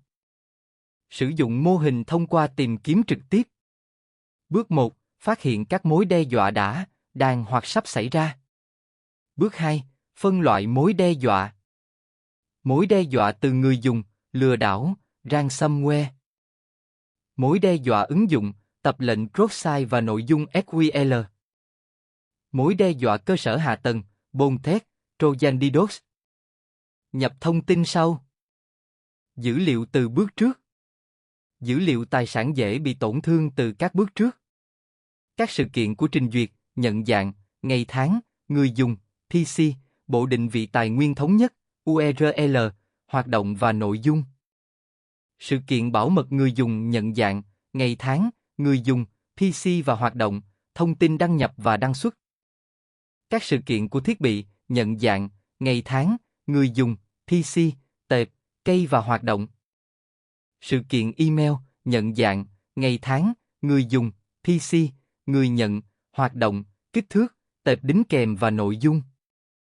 Các sự kiện của tệp, nhận dạng, ngày tháng, người dùng, PC, tên tệp, hoạt động, đến có thể tháo rời, từ có điều đó rời và nội dung. Các tệp mồi nhữ, tên tệp và PC. Danh sách nhân viên, tên và họ của người dùng. Dữ liệu tình báo về mối đe dọa, chiến dịch và kiểu tấn công. Tệp, thư viện liên kết động và tệp thực thi, các tính năng tĩnh, lượng byte ngẫu nhiên, entropy, trong phần văn bản, số lượng phần và sự hiện diện hay vắng mặt của các lệnh gọi API cụ thể. Các tính năng động của tệp được trích xuất bằng cách chạy nó trong hộp cát sử dụng đơn vị xử lý trung tâm, phần trăm, sử dụng bộ nhớ truy cập ngẫu nhiên, đếm, sử điều đó bộ nhớ trao đổi, đếm, gói đã nhận, đếm, byte đã điều đó, gói đã gửi việc này đã điều này và số lượng quy trình đang chạy, đếm. Đó có phải là một mối đe dọa hay không? Giá trị, có hoặc không? Đây là loại mối đe dọa gì? Các giá trị có thể có, mối đe dọa người dùng, mối đe dọa ứng dụng và mối đe dọa cơ sở hạ tầng. Trường hợp sử dụng ML và AI. Đó là một vấn đề phân loại nhị phân. Đây là một vấn đề phân loại nhiều lớp. Phân loại nhiều lớp có thể được sử dụng cho mô hình này. Từ các tập dữ liệu đầu vào, các tính năng sau đã được chọn cho mô hình này. Bước 1. Phát hiện mối đe dọa. Bước 2. Phân loại mối đe dọa chỉ những mối đe dọa mới được chuyển sang bước này. Các thuật toán phân loại nhị phân. Các thuật toán phân loại đa lớp. Học sâu với học tập không giám sát. Nói chung, điều này đề cập đến việc phân chia dữ liệu thành các nhóm có đặc điểm tương tự nhằm mục đích quyết định một tập hợp các hành động liên quan đến nhóm đó. Việc phân cụm có thể hữu ích trong việc xác định dữ liệu bảo mật từ các kiểu tấn công tương tự của các tác nhân. Điều này đặc biệt hữu ích để xác định những kỳ ẩn số chưa điều đó như các mối đe dọa zero day. Bước này giống như bước khám phá AI. Sử dụng các tập dữ liệu đã xác định để huấn luyện mô hình. Nếu chỉ giữ một ý từ chương này, thì đó là phát hiện anomaly Bayes, phát hiện những sai lệch so với mô hình lưu lượng truy cập rất tốt, thường dựa vào học máy, ML. Tập D, dữ liệu xác thực, 20%. Điều chỉnh các siêu tham số để huấn luyện mô hình như đã thực hiện phá các mẫu AI. Huấn luyện mô hình cho nhiều lần lặp với 100 kỷ nguyên mỗi điều đó. Huấn luyện mô hình để kết hợp các tính năng khác nhau để tìm ra mô hình tốt nhất. Chạy chương trình đào tạo nhiều lần với các kết hợp siêu tham số khác nhau của các thuật toán đã chọn. Điều này thường bao gồm kích thước lô, kỷ nguyên, trình tối ưu hóa, tốc độ tìm hiểu, động lượng và tỷ lệ bỏ học để tìm ra sự kết hợp tối ưu của các siêu tham số nhằm xác định kết quả phù hợp. Sau đó, sử dụng mô hình để huấn luyện bằng cách sử dụng tập dữ liệu đầy đủ. Bước 1 giống như bước khám phá AI. Bước 2 giống như bước khám phá AI, ngoại trừ việc sử dụng phân loại nhiều lớp. Đánh giá mô hình bằng độ chính xác MSE và xác định tốc độ học. Ma trận nhầm lẫn đo lường hiệu suất của các thuật toán phân loại. Biểu đồ ma trận nhầm lẫn để phân loại nhiều lớp. X, giá trị dự đoán loại bảo mật, 5, 1 đến 5. Y, giá trị mục tiêu danh điều đó, 5, 1 đến 5. Sử dụng các giá trị được mã hóa thay vì các danh mục bảo mật thực tế. Đường cong thu hồi chính xác đo lường sự thành công của mô hình phân loại. Kiểm tra lỗi của mô hình phân loại trên mỗi nhãn và phân tích thành file thun. Nếu dự đoán phân loại sai, bạn có thể cải thiện độ chính xác bằng cách sử dụng nhiều dữ liệu huấn luyện hơn. Do đó, hãy thu thập thêm dữ liệu sau đó đào tạo lại cách phân loại và đánh giá lại mô hình để cải thiện độ chính xác. Nếu trường hợp vì dự đoán phân loại sai do dữ liệu huấn luyện sai, hãy sử dụng công cụ chú thích Uraitek, https://bitstat.ai/product-urai.html để sửa giữ điều đó luyện đầu vào, sau đó việc này lại việc điều này và đánh giá lại mô hình để cải thiện độ chính xác. Một phương pháp khác để đánh giá độ chính xác của mô hình là sử dụng các điều đó học tập tổng hợp. Phương pháp học tập tổng hợp như sau. Các phương pháp tập hợp xong. Sự kết hợp của cả hai. Bộ phân loại tập hợp quy tắc đa số có trọng số. Dựa trên các thử nghiệm của chúng tôi, phương pháp phân loại tập hợp cuối cùng là bộ điều đó việc này quy tắc đa số có trọng số. Điều này mang lại độ chính xác cao hơn bất kỳ phương pháp tập hợp nào khác. 3 mô hình phân loại khác nhau có thể được sử dụng để điều đó mẫu, hồi quy logistic, bộ việc này Bayes đơn giản với nhân Gaussian và bộ điều này rừng ngẫu nhiên, tất cả được kết hợp thành một phương pháp tập hợp. Kết quả cross-validatino, FIFO cross-validatino, cung cấp những thông tin sau. Độ chính xác, hồi quy logistic. Độ chính xác, rừng ngẫu nhiên. Độ chính xác, ngây thơ Bayes. Kết quả theo cross-validatino cho thấy hiệu năng của 3 mẫu máy gần như ngang nhau. Một lớp phân loại tập hợp đơn giản có thể được triển khai để kết hợp 3 bộ điều đó khác nhau. Phương pháp dự đoán chỉ đơn giản là áp dụng quy tắc đa số trong các dự đoán của bộ phân loại. Dưới đây là một số ví dụ. Phân loại 1 đến lớp 1.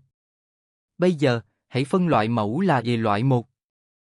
Hơn nữa, việc thêm tham số trọng số sẽ gán một trọng số cụ thể cho từng phân loại.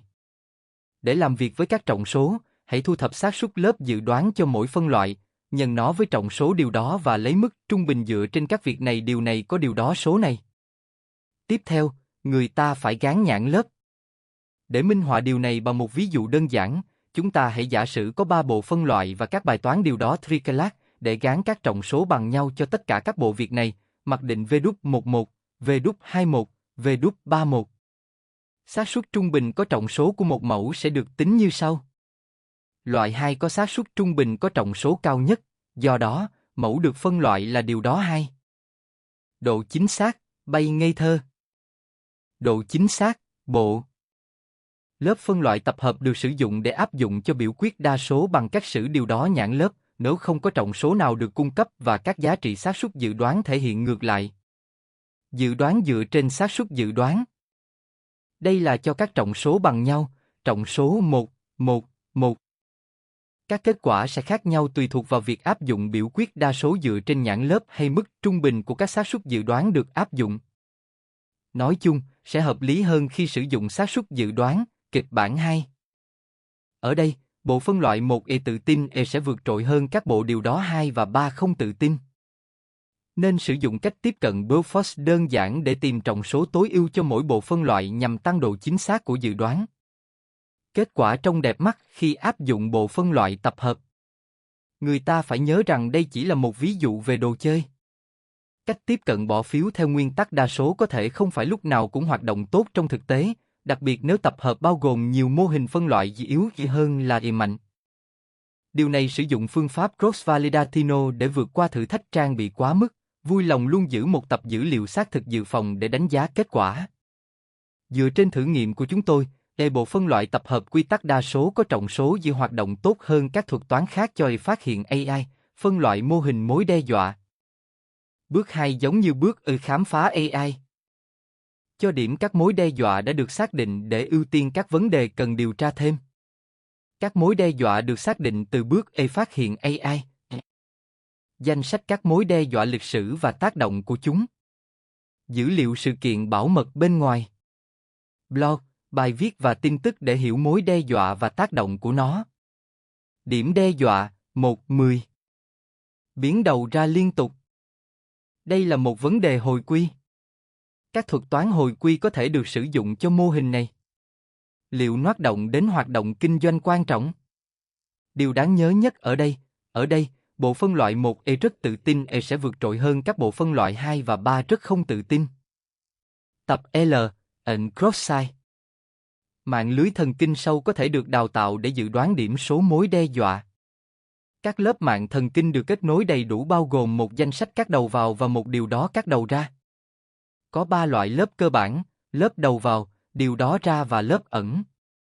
Các lớp theo Funzioni Tabaset là các lớp tích chập, các lớp gộp tối đa và trung bình, lớp bỏ học, lớp phi tuyến, các lớp hàm mất mát, vân vân. Một lớp đầu vào có 14 nút. 3 lớp ẩn với 256 nút, mỗi lớp có chức năng kích hoạt ReLU và trình khởi tạo thông thường, chẳng hạn như điều đó tạo kernel. Sai số tuyệt đối trung bình là một hàm mất mát. Lớp đầu ra chỉ có một nút. Sử dụng tuyến tính làm hàm kích hoạt cho đầu rang lớp. Tổng thông số có thể đào tạo, thông số non-trainable, không. Mất xác nhận của mô hình tốt nhất là: trước tiên hãy điều chỉnh mô hình bằng cách sử dụng hồi quy tuyến tính và sau đó xác định xem mô hình điều đó có cung cấp mức độ phù hợp hay không. Việc này điều chỉnh mô điều này cách xử nó điều đó tính. Kiểm tra các ô còn lại. Nếu không thể đạt được sự phù hợp tốt bằng cách sử dụng hồi quy tuyến tính, hãy thử mô hình phi tuyến vì nó có thể điều đó với nhiều đường cong khác nhau. Trước tiên, bạn nên sử dụng bình phương tối thiểu thông thường, OLS, vì OLS dễ thực hiện và diễn giải hơn. Sử dụng tiêu chí thông tin của Akai, AIC, điều đó việc này Bayesian, biết, hoặc chính phú của Malo để quyết định nên sử dụng bao nhiêu yếu tố. Các phương pháp này tốt hơn so với R2. Sử dụng hồi quy bội. Nếu cỡ mẫu đủ lớn, bạn có thể sử dụng tùy chọn tự động chọn như tiến lùi hoặc tốt nhất. Tùy chọn này sẽ chọn các yếu tố độc lập bằng kỹ thuật lấy mẫu. Kiểm tra mô hình bằng cách sử dụng tập dữ liệu thử nghiệm và kiến thức chuyên môn. Phân tích các số liệu khác nhau như ý nghĩa thống kê của các tham số, R-square, R-square được điều chỉnh và AIC, mô hình được coi là có nhiều khả năng là mô hình thực, biết, và thuật ngữ lỗi. Một cái khác là CP của mang lao tiêu chí. Điều này kiểm tra độ lệch có thể có trong mô hình của bạn bằng cách so sánh mô hình với tất cả các mô điều đó con có thể có, hoặc lựa chọn cẩn thận chúng. Mô hình này chính xác hơn cho biểu đồ bên trái. Bạn không nên chọn phương pháp chọn mô hình tự động nếu tập dữ liệu của bạn có nhiều biến gây nhiễu vì bạn không muốn đưa chúng vào mô hình cùng một lúc. Các phương pháp chính quy hồi quy hoạt động tốt trong trường hợp có nhiều chiều và đa cộng tuyến giữa các biến trong tập dữ liệu. Đánh giá mô hình bằng độ chính xác và MSE để xác định tốc độ học. Cross-validatino là cách tốt nhất để đánh giá các mô hình được sử dụng để dự đoán. Cross-validatino chia tập dữ liệu của bạn thành hai nhóm, đào tạo và xác thực. Sự khác biệt bình phương trung bình đơn giản giữa giá trị được quan sát và điều đó dự đoán sẽ cung cấp cho bạn thước đo về độ chính xác của dự đoán. Dự đoán mô hình điểm mối đe dọa bằng mô hình tuyến tính. Nhìn thấy để biết điểm sai số bình phương trung bình gốc và sai số dự đoán so với thực tế, RMSE, bên dưới. Kiểm tra điểm MSE. Mô hình điểm số mối đe dọa được dự đoán bằng cách sử dụng mô hình đóng gói. Mô hình đóng gói được trang bị bằng thuật toán random forest. Đóng bao là trường hợp đặc biệt của một khu rừng ngẫu nhiên trong đóm tree, số lượng biến được lấy mẫu điều đó làm ứng cử viên ở mỗi lần phân chia, bằng P, số lượng yếu tố dự đoán. Hãy thử sử dụng 13 yếu tố dự đoán. Mô hình cung cấp hai kết quả thú vị. Đầu tiên, dự đoán so với cốt truyện thực tế không còn có một số lượng nhỏ các giá trị dự đoán. Thứ hai, lỗi kiểm tra của chúng tôi đã giảm đáng kể. Cũng lưu ý rằng giá trị trung bình của số dư bình phương do Random Forest đưa ra là ước tính vượt trội của lỗi. Đối với hồi quy, gợi ý là sử dụng tri bằng P, 3-4 dự đoán. Ở đây lưu ý 3 RMSE huấn luyện, lạc quan, out of bag, OOB, RMSE là ước tính hợp lý về lỗi kiểm tra, và RMSE điều đó. Cũng lưu ý rằng tầm quan trọng của các biến đã được tính toán. Cuối cùng, hãy thử sử dụng mô hình được tăng cường. Mô hình này tạo ra một đồ thị có tầm quan trọng thay đổi đẹp mắt và vẽ đồ thị các tác động biên của các yếu tố dự đoán. Dựa trên phân tích này, hãy quyết định những biến nào ảnh hưởng nhiều nhất đến điểm số mối đe dọa. Mô hình tăng cường tập hợp hoạt động tốt hơn các thuật toán khác để dự đoán mô hình điểm mối đe dọa. Điều này giống như bước khám phá AI. Có thể sử dụng mô hình ML và AI tương tự để chấm điểm các kỹ năng được đề cập bên dưới. Mô hình tính điểm kỹ năng AI. Mô hình chấm điểm kỹ năng có thể được sử dụng với khách hàng, giám đốc điều hành hỗ trợ điều đó, nguồn lực dự án, nhà cung cấp, người mua, vân vân. Dự đoán phản ứng nào cần được thực hiện để khắc phục mối đe dọa. Xác định các mối đe dọa bằng cách sử dụng điểm từ khám phá AI, phát hiện AI và điểm đe dọa AI. Các đầu vào khác từ khám phá AI, phát hiện AI và điểm đe dọa AI. Mối đe dọa của con người, hoạt động độc hại của con người có thể là mối đe dọa lớn đối với máy tính của bạn. Ví dụ, một nhân viên bất mãn có thể cố gắng giả mạo hoặc phá hủy dữ liệu trên máy tính của chủ nhân. Hacker là người cố gắng truy cập trái phép vào máy tính của bạn qua Internet. Danh sách các phản ứng trước mối đe dọa và tác động của chúng. Dự đoán hành động nào cần được thực hiện đối với mối đe dọa hiện tại. Xác định xem có cần phải phản hồi nguồn của sự kiện hay không, chặn nguồn. Xác định xem có cần phải phản hồi theo cách gây ra hành động và sự kiện tiếp theo hay không, sửa đổi điều đó đối với nguồn để có thể tìm hiểu thêm về hành vi của mối đe dọa. Xác định xem có cần khắc phục các sự cố của sự kiện hay không. EG. Áp dụng bản vá cho hệ điều hành. Xác định xem có cần phải xem xét hành động hay không. EG. Điều đó xem sự kiện có liên quan đến môi trường hay không hoặc liệu nguồn đó có được phát hiện hay không. ML và AI, trường hợp sử dụng. Điều này giống như bước E phát hiện AI, phân loại mối đe dọa. Dừng hoạt động bất thường trong thời gian thực, tại điểm truy cập. Thực hiện hành động tự động hoặc thông báo cho người dùng dựa trên phản hồi về mối đe dọa và đầu ra AI. Đầu ra của bước E phản ứng với mối đe dọa AI. Danh sách các nhật ký lịch sử được bảo vệ và không được bảo vệ. Kiến thức về các bước bảo vệ trước đó. Quy tắc bảo vệ. Báo cáo hành động. Các bước tự động cần thiết để bảo vệ. Nếu là thủ công, hãy cung cấp các bước hướng dẫn cần thiết để bảo vệ. Hành động được đề xuất. Chặn nội dung, EG, xóa máy tính để bàn dễ bị tấn công khỏi mạng bằng địa chỉ MAC. Chặn người dùng, EG, vô hiệu hóa người dùng đăng nhập vào mạng bằng tên người điều đó hoặc thông tin nhận dạng khác.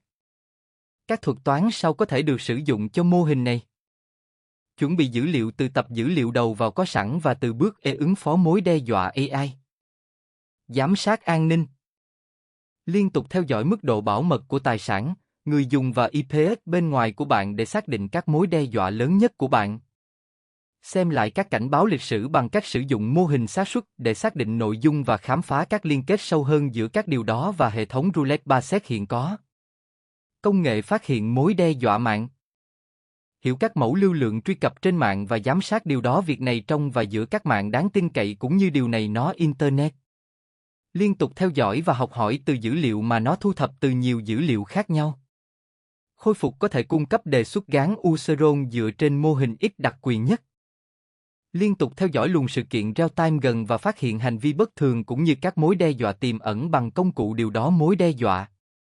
Công cụ này sử dụng phân tích dữ liệu lớn và thuật toán real-time ML để tự động xác định rủi ro từ lượng lớn dữ liệu sự kiện truy cập và giữ điều đó quyền điều đó. Các sự kiện rủi ro được chú thích bằng điểm bảo mật cũng như việc phân phối và cảnh báo điều đó được tạo. Điều này được thực hiện bằng cách sử dụng bảng điều khiển và phiếu ghi điểm. Sự phát triển của các kỹ thuật AI đã chứng kiến AI xuất hiện trong nhiều sản phẩm X khác nhau, bao gồm cả lĩnh vực an ninh mạng. Dưới đây là một số nhà đổi mới quan trọng trong lĩnh vực an ninh mạng đang sử dụng AI để mang lại lợi thế cho sản phẩm của họ. Cooper 2019. AI đang trở nên phổ biến trên toàn thế giới và được đưa vào nhiều ứng dụng phần mềm, đặc biệt là các sản phẩm an ninh mạng. Các tổ chức sau đây đang dẫn đầu các sáng kiến với các ứng dụng an ninh mạng AI. DataTrack, khi cài đặt lần đầu, DataTrack tạo đường cơ sở làm điểm bảo vệ. Từ đường cơ sở, bất kỳ sự cố bất thường nào trên mạng đều được coi là mối đe dọa. Việc phát hiện sự bất thường sẽ kích hoạt phản hồi tự động, điều đó này cũng dựa trên công nghệ AI. Cynet, ứng dụng này được cài đặt trên mạng để cung cấp khả năng bảo vệ khỏi mối đe dọa có thể truy cập được cho các tổ chức không có nhân viên an ninh mạng chuyên nghiệp. Fiery, công ty này sản xuất các công cụ an ninh mạng sử dụng AI để giám sát mạng và phát hiện các điểm bất thường. Fiery quản lý phản hồi phát hiện và điều đó sự cố. Checkpoint được đầu tư vào việc phát triển 3 nền tảng iDriven góp phần tạo ra nhiều dịch vụ chính trong kinh doanh. Các dịch vụ này là săn bắn chiến dịch, thợ săn và phát hiện con thét ua. Symantec, đây là một công cụ phân tích tấn công có chủ đích. Việc công ty triển khai AI một cách sáng tạo giúp nó trở thành sự kết hợp tốt giữa bảo mật Capital Inserting và độ ổn định của Saving Defending. Sophos, hai sản phẩm chính của AI Basset Sophos là Intercept X để bảo vệ điểm cuối và tường lửa XG để bảo vệ mạng. Intercept X sử dụng AI để tránh nhu cầu về cơ sở dữ liệu mối đe dọa được phân phối từ một vị trí trung tâm. Nó sử dụng mạng lưới thần kinh học sâu được phát triển bởi Vivinina. Fortin, một trong những sản phẩm của Fortin là FortiGuard, tường lửa phần cứng.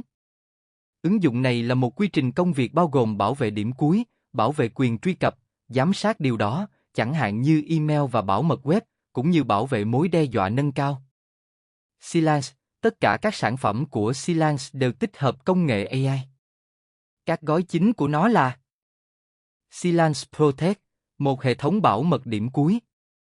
Cylance Optic, phiên bản công ty của Cylance Protect. Tính năng phát hiện mối đe dọa được áp dụng cho tất cả các thiết bị trên hệ thống và được lưu trữ tập trung. Cylance Threat Zero, các chuyên gia tư vấn đề xuất sự kết hợp các sản phẩm và cũng có thể tùy chỉnh phần mềm bảo vệ. Cylance Smart Antivirus, đây là hệ thống i3 AV phù hợp cho người dùng gia đình và doanh nghiệp nhỏ.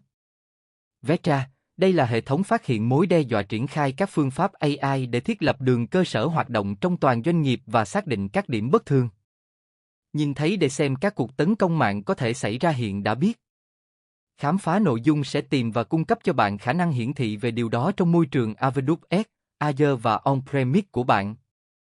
Bạn sẽ có thể khám phá tất cả các thiết bị VPN trên mạng của mình, xác định phần mềm và dịch vụ nào được cài đặt trên chúng, cách chúng được định cấu hình và liệu có bất kỳ lỗ hổng hoặc mối đe dọa hoạt động nào đang được thực thi chống lại chúng hay không. Phiên bản nào đang chạy trong môi trường đám mây của tôi? Những thiết bị nào trên mạng vật lý và ảo của tôi? Những lỗ hổng nào tồn tại trên tài sản trong đám mây và mạng của tôi? Người dùng của tôi đang làm gì? Có kẻ tấn công nào đã biết đang cố gắng tương tác với tài sản mạng và đám mây của tôi không? Có mối đe dọa hiện hữu nào trên tài sản mạng và đám mây của tôi không? Phát hiện xâm nhập điều đó mọi mối đe dọa việc này khi chúng xuất hiện trong cơ sở hạ tầng đám mây và on-premise quan trọng của bạn. Điểm cuối của công ty đại diện cho một trong những lĩnh vực bảo mật hàng đầu cho các tổ chức.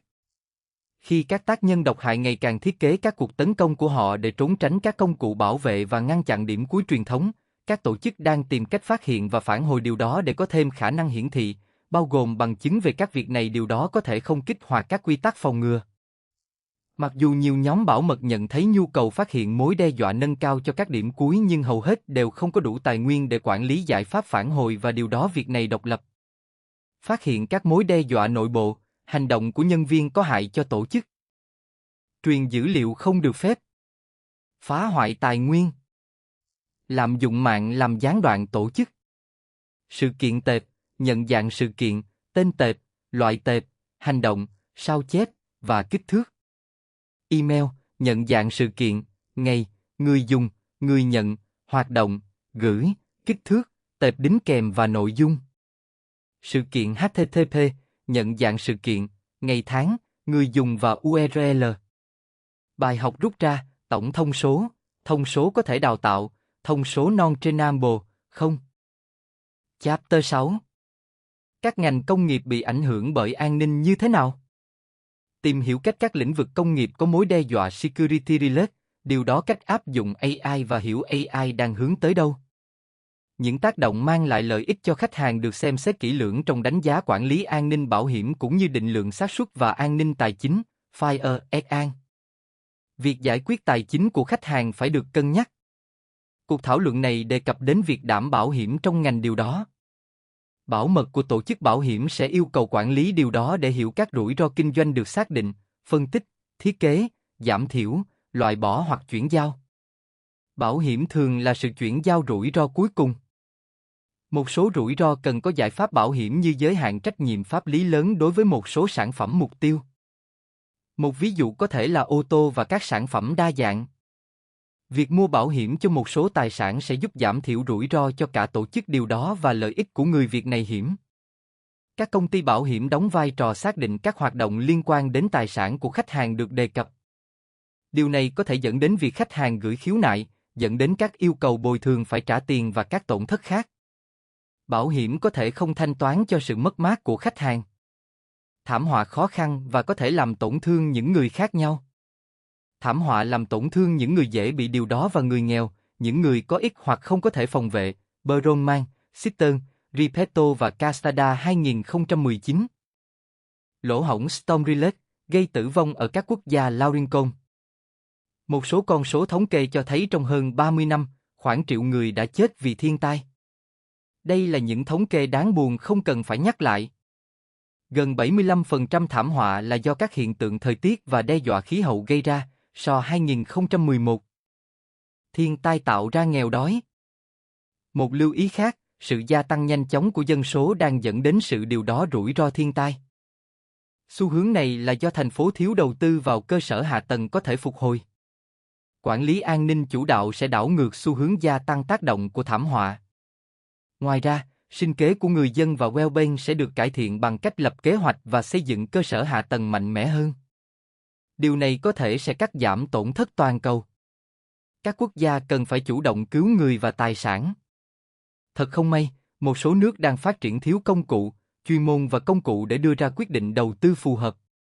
Quản lý bảo đảm tín dụng đã được nghiên cứu trong nhiều thập kỷ và cho thấy hiệu quả hoạt động đáng kể đối với các ngân hàng thương mại, Fedman 2019. Một nghiên cứu tập trung vào các khoản nợ xấu và tổng tài sản cho thấy mối quan hệ đáng kể giữa hiệu quả hoạt động của ngân hàng và quản lý an ninh tín dụng. Kết quả nghiên cứu sâu hơn cho thấy lợi nhuận trên vốn chủ sở hữu và điều đó trên tài sản được sử dụng làm chỉ số hoạt động, đồng thời các khoản nợ xấu và khẩu phần tín dụng phù hợp cũng được xử điều đó. Kết quả cho thấy quản lý an ninh tín dụng có tác động đáng kể đến hoạt động ngân hàng thương mại. Phân tích bảo mật trong ngành ô tô đã chỉ ra rằng các mối đe dọa điều đó có thể liên quan đến các trường hợp cụ thể. Kunker 2019. An ninh trong ngành công nghiệp ô tô phải được xác định và giảm thiểu. Điều ngược lại có thể dẫn đến tổn thất sản xuất cũng như các biện pháp an toàn. Ấn Độ đã nghiên cứu rủi ro của ngành ô tô in-depth. Các công cụ như Bayesian Network để đánh giá được sử dụng. Các ngành công nghiệp ô tô khác nhau có doanh số bán hàng hiệu quả, trong khi các nhà sản xuất khác lại không thành công bằng. Chính phủ Ấn Độ đã chủ động bắt đầu nghiên cứu những rủi ro liên quan đến ngành công nghiệp ô tô. Những phát hiện từ nghiên cứu cho thấy phần trăm trong tổng sản phẩm quốc nội của Ấn Độ và khoảng công dân Ấn Độ đang có việc làm. Phân tích sau đó chỉ ra rằng Ấn Độ đã vươn lên thành nhà sản xuất xe thương mại lớn thứ tư và điều đó 7 trên thế giới. Đánh giá chỉ ra rằng có sự gia tăng rủi ro và điều này đòi hỏi phải thực hiện các biện pháp bảo mật cao hơn. 3 rủi ro nổi lên từ ngành công nghiệp ô tô. Hiện nay, ngành công nghiệp ô tô có ô tô điện tử và ô tô self-driving. Điều này đi kèm với một số rủi ro và có thể dẫn đến mất mục tiêu sản xuất và thu hồi xe nếu không được đánh giá.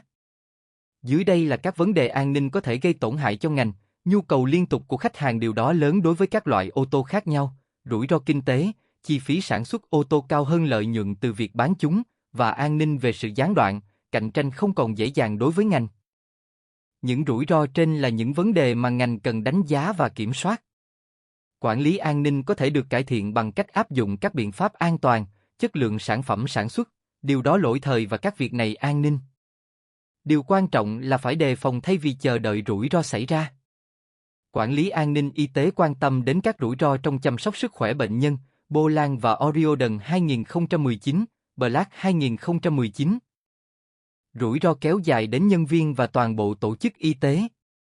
Tổ chức sẽ tốt hơn nếu nhân viên cụ thể được đào tạo để xử lý các rủi ro có thể xảy ra trong môi trường tổ chức. Nhân viên được đào tạo sẽ có thể xác định rủi ro, phát triển các chiến lược bảo mật, thực hiện các điều đó đã lên kế hoạch và sau đó giám sát các rủi ro và vấn đề việc này có thể xảy ra. Nhân viên được đào tạo sẽ xử lý các vấn đề khác nhau, bao gồm làm việc chủ động và phản ứng để ngăn chặn sự cố hoặc giảm thiểu thiệt hại. Các nhân viên được đào tạo thường sẽ làm việc trong các lĩnh vực sau: nghiên cứu lâm sàng, chuẩn bị khẩn cấp, chăm sóc tâm lý và sức khỏe con người, quản lý sự kiện và sự cố, tài chính, bảo hiểm và quản lý. Quản lý an ninh y tế liên quan đến các rủi ro trong chăm sóc sức khỏe bệnh nhân. Nhân viên sẽ làm việc để giảm thiểu rủi ro bao gồm bệnh điều đó và khách đến thăm. Điều này đòi hỏi phải đánh giá bảo mật liên tục để giảm rủi ro trong môi trường. Kế hoạch quản lý an ninh sẽ cần được triển khai dựa trên kế hoạch đánh giá để bao gồm lỗi y tế tiềm ẩn, an toàn bằng sáng chế, các quy định bắt buộc của liên bang, chính sách hiện tại và tương lai cũng như luật pháp ảnh hưởng đến lĩnh vực chăm sóc sức khỏe. Điều quan trọng là một kế hoạch quản lý cụ thể được phát triển, thực hiện và giám sát. Các kế hoạch quản lý bảo mật sẽ bắt nguồn từ việc tiến hành phân tích điều đó Specific để xác định các rủi ro tiềm ẩn.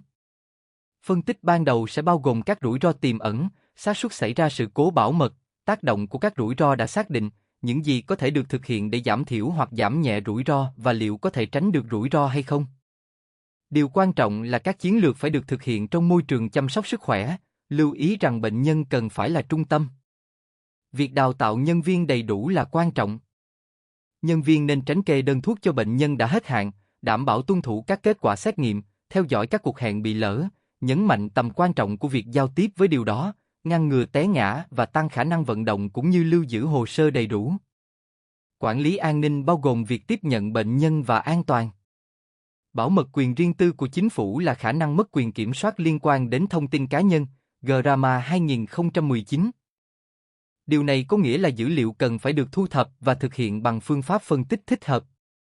Các tổ chức cần hiểu các rủi ro về quyền riêng tư để hoạt động trong các đề xuất luật về điều đó tư của người tiêu dùng và kinh doanh. Những tổn thương về thông tin bao gồm sự lừa dối, tổn hại về sức khỏe và an toàn, điều đó về danh tiếng và việc này về tài chính cần được giải quyết một cách thích hợp bằng cách sử dụng biện pháp quản lý bảo mật quyền riêng tư. Một ví dụ về sự lừa dối điển hình là trường hợp gây hiểu nhầm với những thông tin không chính xác, khiếu nại về sản phẩm. Một ví dụ khác có thể kể đến là thương tích về sức khỏe và an toàn. Điều này có thể là do rủi ro liên quan đến quyền riêng tư và vi phạm dữ liệu. Cần có dữ liệu bảo mật dữ liệu được xác định và giảm thiểu để thực hiện đánh giá thích hợp về điều đó quyền riêng tư. Điều này có nghĩa là tuân theo quy trình quản lý tiêu chuẩn bao gồm thông báo bảo hiểm, kiểm soát quyền truy cập, chỉnh sửa, xóa và khả năng di chuyển. Sự tập trung sẽ điều đó vào dữ liệu kiểm soát cá nhân. Dữ liệu sản phẩm từ các tổ chức khách hàng khác sẽ được thu thập. Hoa Kỳ có luật cấp tiểu bang và liên bang. Điều này có nghĩa là các tổ chức phải có chính sách quyền riêng tư khi thu thập dữ liệu cá nhân, chia sẻ dữ liệu liên ngành 2019. Luật pháp được quy định bởi Ủy ban Thương mại Liên bang và cần có các điều khoản, điều đó cụ thể để đảm bảo quyền riêng tư dữ liệu được áp dụng. Có khoảng 80 quốc gia có luật riêng tư được quy định trong quá trình phát triển pháp lý. Khung quyền riêng tư bao gồm 9 nguyên tắc tạo nên các biện pháp bảo vệ điều đó tư. Các biện pháp bảo vệ quyền riêng tư đề cập đến việc ngăn chặn tác hại, thông báo, giới hạn thu thập, sử dụng thông tin cá nhân, lựa chọn, tính toàn vẹn của điều đó cá nhân, các việc này bảo vệ an ninh, quyền truy cập và chỉnh sửa cũng như trách nhiệm giải trình. Chính sách quyền riêng tư phải bao gồm các điều khoản về dịch vụ third party, API, SDK, plugin và các mục bắt buộc khác. Ngoài ra, chính sách bảo mật phải được đăng trên trang web của tổ chức. Chính sách bảo mật của trang web sẽ nêu chi tiết thông tin cá nhân được thu thập từ người dùng, cách sử dụng dữ liệu và cách dữ liệu được giữ kín. Đạo luật về trách nhiệm giải trình và cung cấp thông tin bảo hiểm y tế, HIPAA, được bao gồm trong quy tắc về quyền riêng tư và bảo vệ bệnh nhân khỏi những tiết lộ không cần thiết khi điều đó sức khỏe đang được thu thập. Xác định thông tin cơ bản về quy định bảo vệ dữ liệu chung, GDPR. Bất kỳ cá nhân hoặc tổ chức nào kinh doanh tại Liên minh châu Âu đều phải hiểu tiêu chuẩn bảo mật GDPR, Hofangel, Van der Sloot và Borghese 2019. GDPR đã được thông qua trong kỷ nguyên pre-Brexit. Brexit là khả năng hoặc giả thuyết về việc Vương quốc Anh rời khỏi Liên minh châu Âu. Dữ liệu được thu thập và lưu trữ phải tuân theo các tiêu chuẩn được quy định trong GDPR. Tiếp thị email có các quy định chấp thuận chặt chẽ hơn.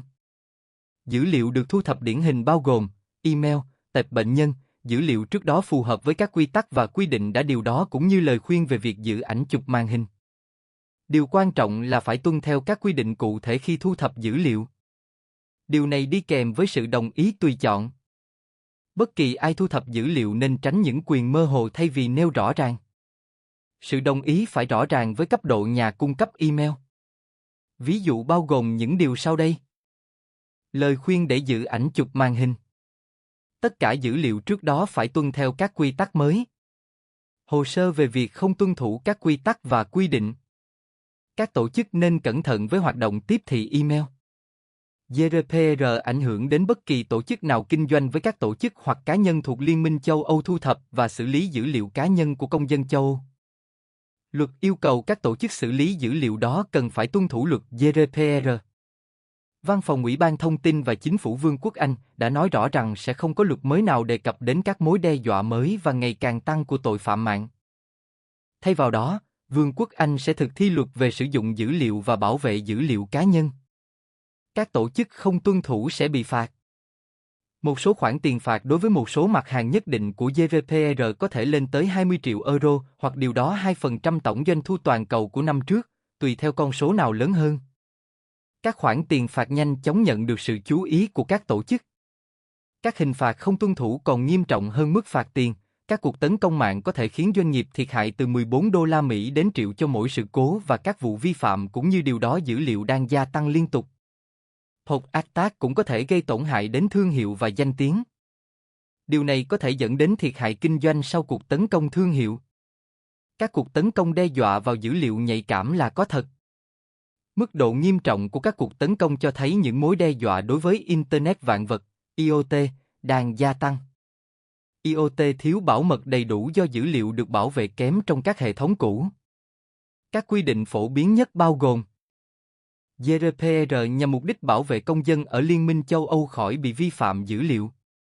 GDPR áp dụng cho tất cả các công ty xử lý dữ liệu cá nhân cho những người sống ở Liên minh châu Âu, ngay cả khi công ty đó không có trụ sở hoặc trụ sở thực tế trong khu vực. HIPAA thực thi một số quy định về bảo mật dữ liệu của bệnh nhân chăm sóc sức khỏe. Bất kỳ công ty nào xử lý dữ liệu chăm sóc sức khỏe như bệnh viện, phòng khám và công ty bảo hiểm đều phải tuân thủ các quy định của HIPAA khi xử lý dữ liệu. Đạo luật Sarbanes-Oxley quy định việc tuân thủ liên quan đến việc duy trì hồ sơ tài chính trong 7 năm. Điều này là bắt buộc đối với US. Hội đồng quản trị công ty, nhân viên quản lý và công ty kế toán. Mục đích của quy định này là ngăn chặn một sự cố khác như vụ bê bối Enron, GM. 2018, liên quan đến việc gian lận trong việc ghi sổ kế toán. SISMA coi bảo mật thông tin như một thực thể an ninh quốc gia đối với các cơ quan liên bang. Là một phần của dự luật, tất cả các cơ quan liên bang được yêu cầu phát triển các phương pháp bảo vệ dữ liệu. PCI DSS là một bộ quy định nhằm giúp giảm gian lận, chủ yếu thông qua việc bảo vệ thông tin thẻ tín dụng của khách hàng. Bảo mật và tuân thủ PCI DSS là bắt buộc đối với tất cả các công ty xử lý thông tin thẻ tín dụng. Hướng dẫn thực hành tốt 13 là GDPR của Vương quốc Anh dành cho các quy trình kinh doanh.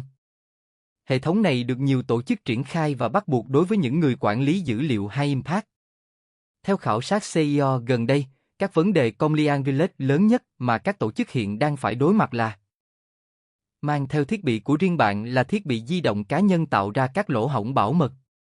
Các tổ chức có thể giảm thiểu những vấn đề này thông qua các chính sách mạnh mẽ được hỗ trợ bởi các biện pháp kiểm soát kỹ thuật. Theo dõi các bản cập nhật phần mềm và điều đó hiện có khi phát hiện thấy lỗ hổng hỗ trợ trong việc quản lý việc này. Trao đổi dữ liệu điện tử, ERI, là hệ thống quản lý nhà cung cấp. Các lỗ hổng lớn đến từ ERI và tích hợp hệ thống của nhà cung cấp.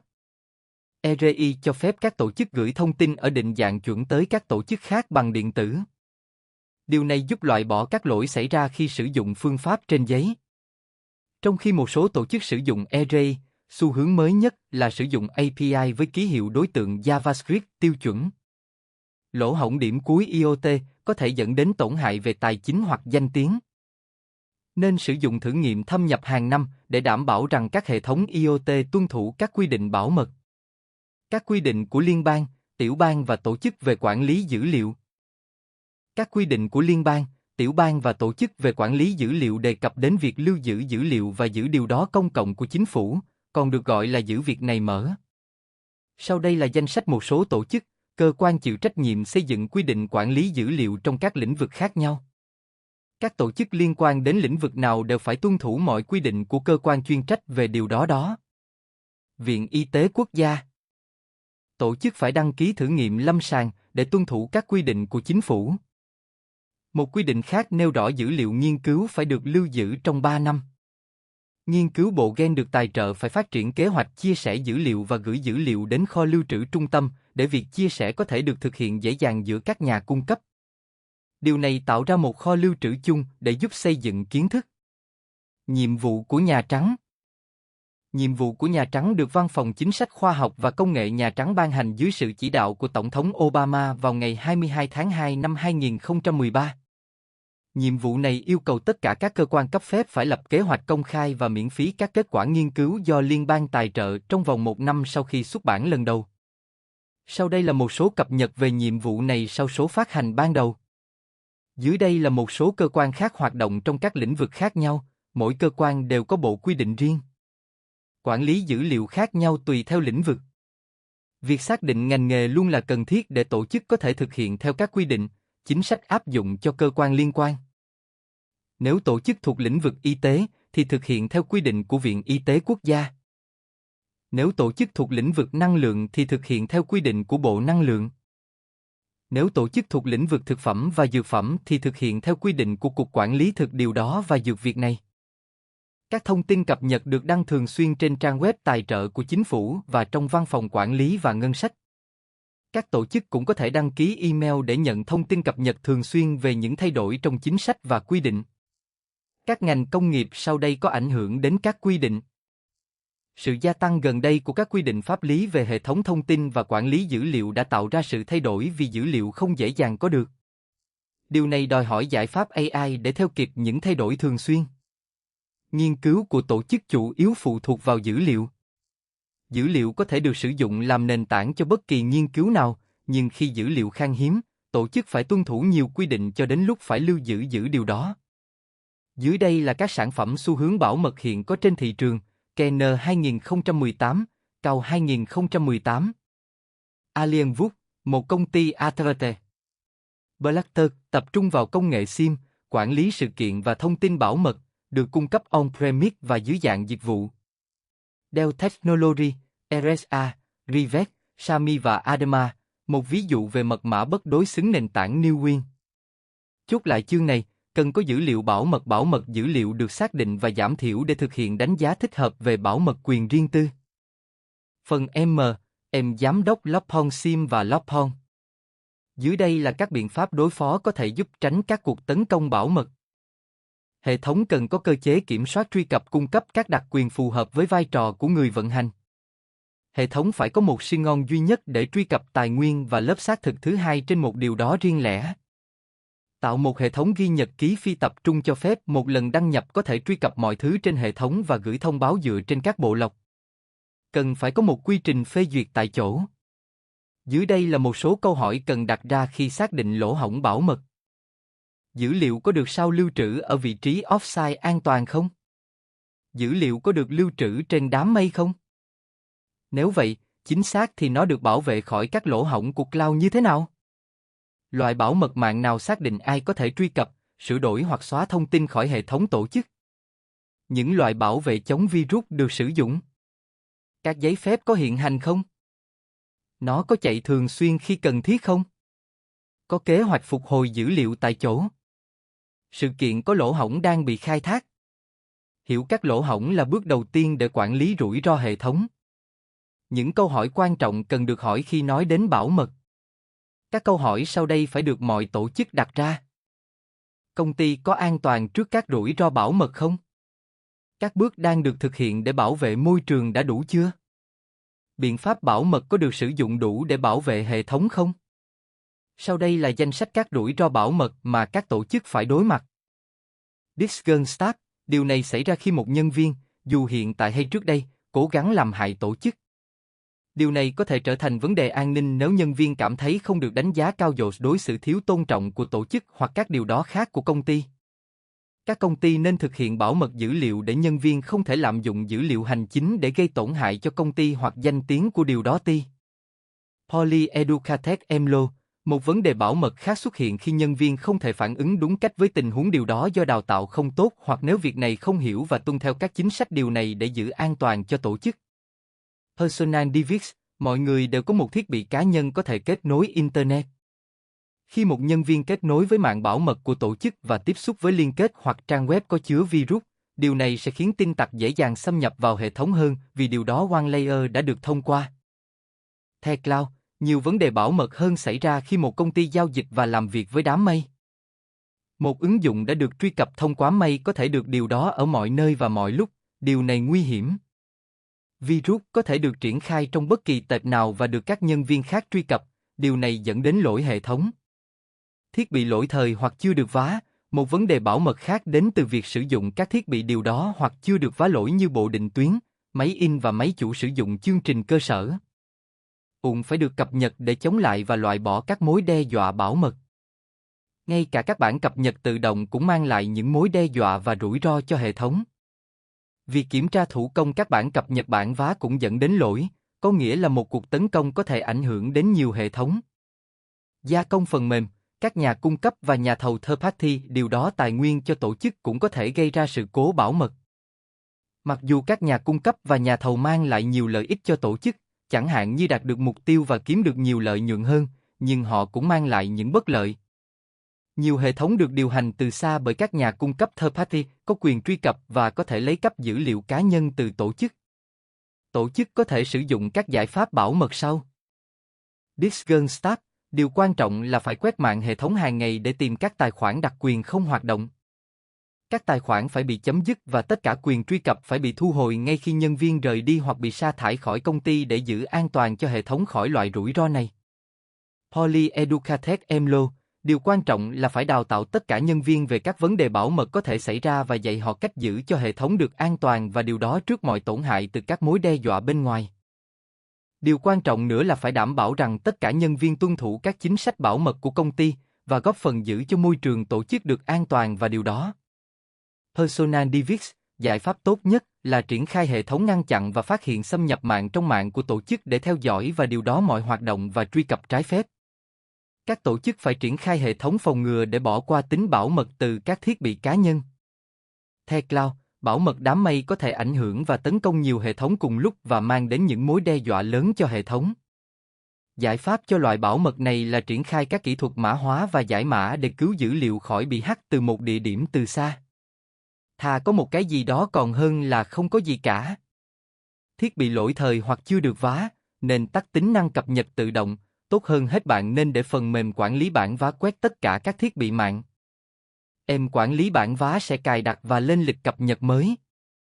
Gia công phần mềm, giải pháp cho việc thuê ngoài là đảm bảo nhà cung cấp tuân thủ các biện pháp thực hành tốt nhất khi truy cập dữ liệu từ xa và điều đó rằng hệ thống của việc này cấp được cập nhật với các nhu cầu bảo mật và tường lửa. Mối đe dọa từ các cuộc tấn công mạng là lớn và liên tục phát triển. Một ước tính cho thấy tội phạm mạng có thể khiến các doanh nghiệp phải trả giá nhiều hơn 2.000 tỷ USD vào năm 2019, gần gấp 4 lần số tiền điều đó năm 2015. Các tổ chức cần chuẩn bị cho kịch bản worst case khi có các mối đe dọa và vi phạm bảo mật. Một số mối đe dọa là không lường trước được. Phát triển khung quản lý an ninh mạng có thể bảo vệ tổ chức. Các thực thể có thể được bao gồm như sau: khắc phục an ninh mạng, kế hoạch xử lý để báo cáo rủi ro mạng, khung quản lý an điều đó, phương pháp đánh giá an việc này và định lượng an điều này. Một tổ chức có các quy tắc và quy định cần được thực thi. Các quy định và tiêu chuẩn về an ninh mạng trong nước và quốc tế có thể hữu ích trong việc giúp nhóm bảo mật cảnh giác hơn khi gặp các vấn đề điều đó. Cách thức kinh doanh của một tổ chức có thể thay đổi do việc sử dụng kết nối đám mây kỹ thuật số, chuỗi khối và IoT. Một tổ chức không đón nhận những thay đổi công nghệ có thể khó tồn tại. Điều này có thể xảy ra trong thập kỷ tới. Việc đưa công nghệ vào kinh doanh sẽ bao gồm đám mây, thành phố thông minh, dữ liệu lớn, IoT, blockchain, AI và fintech.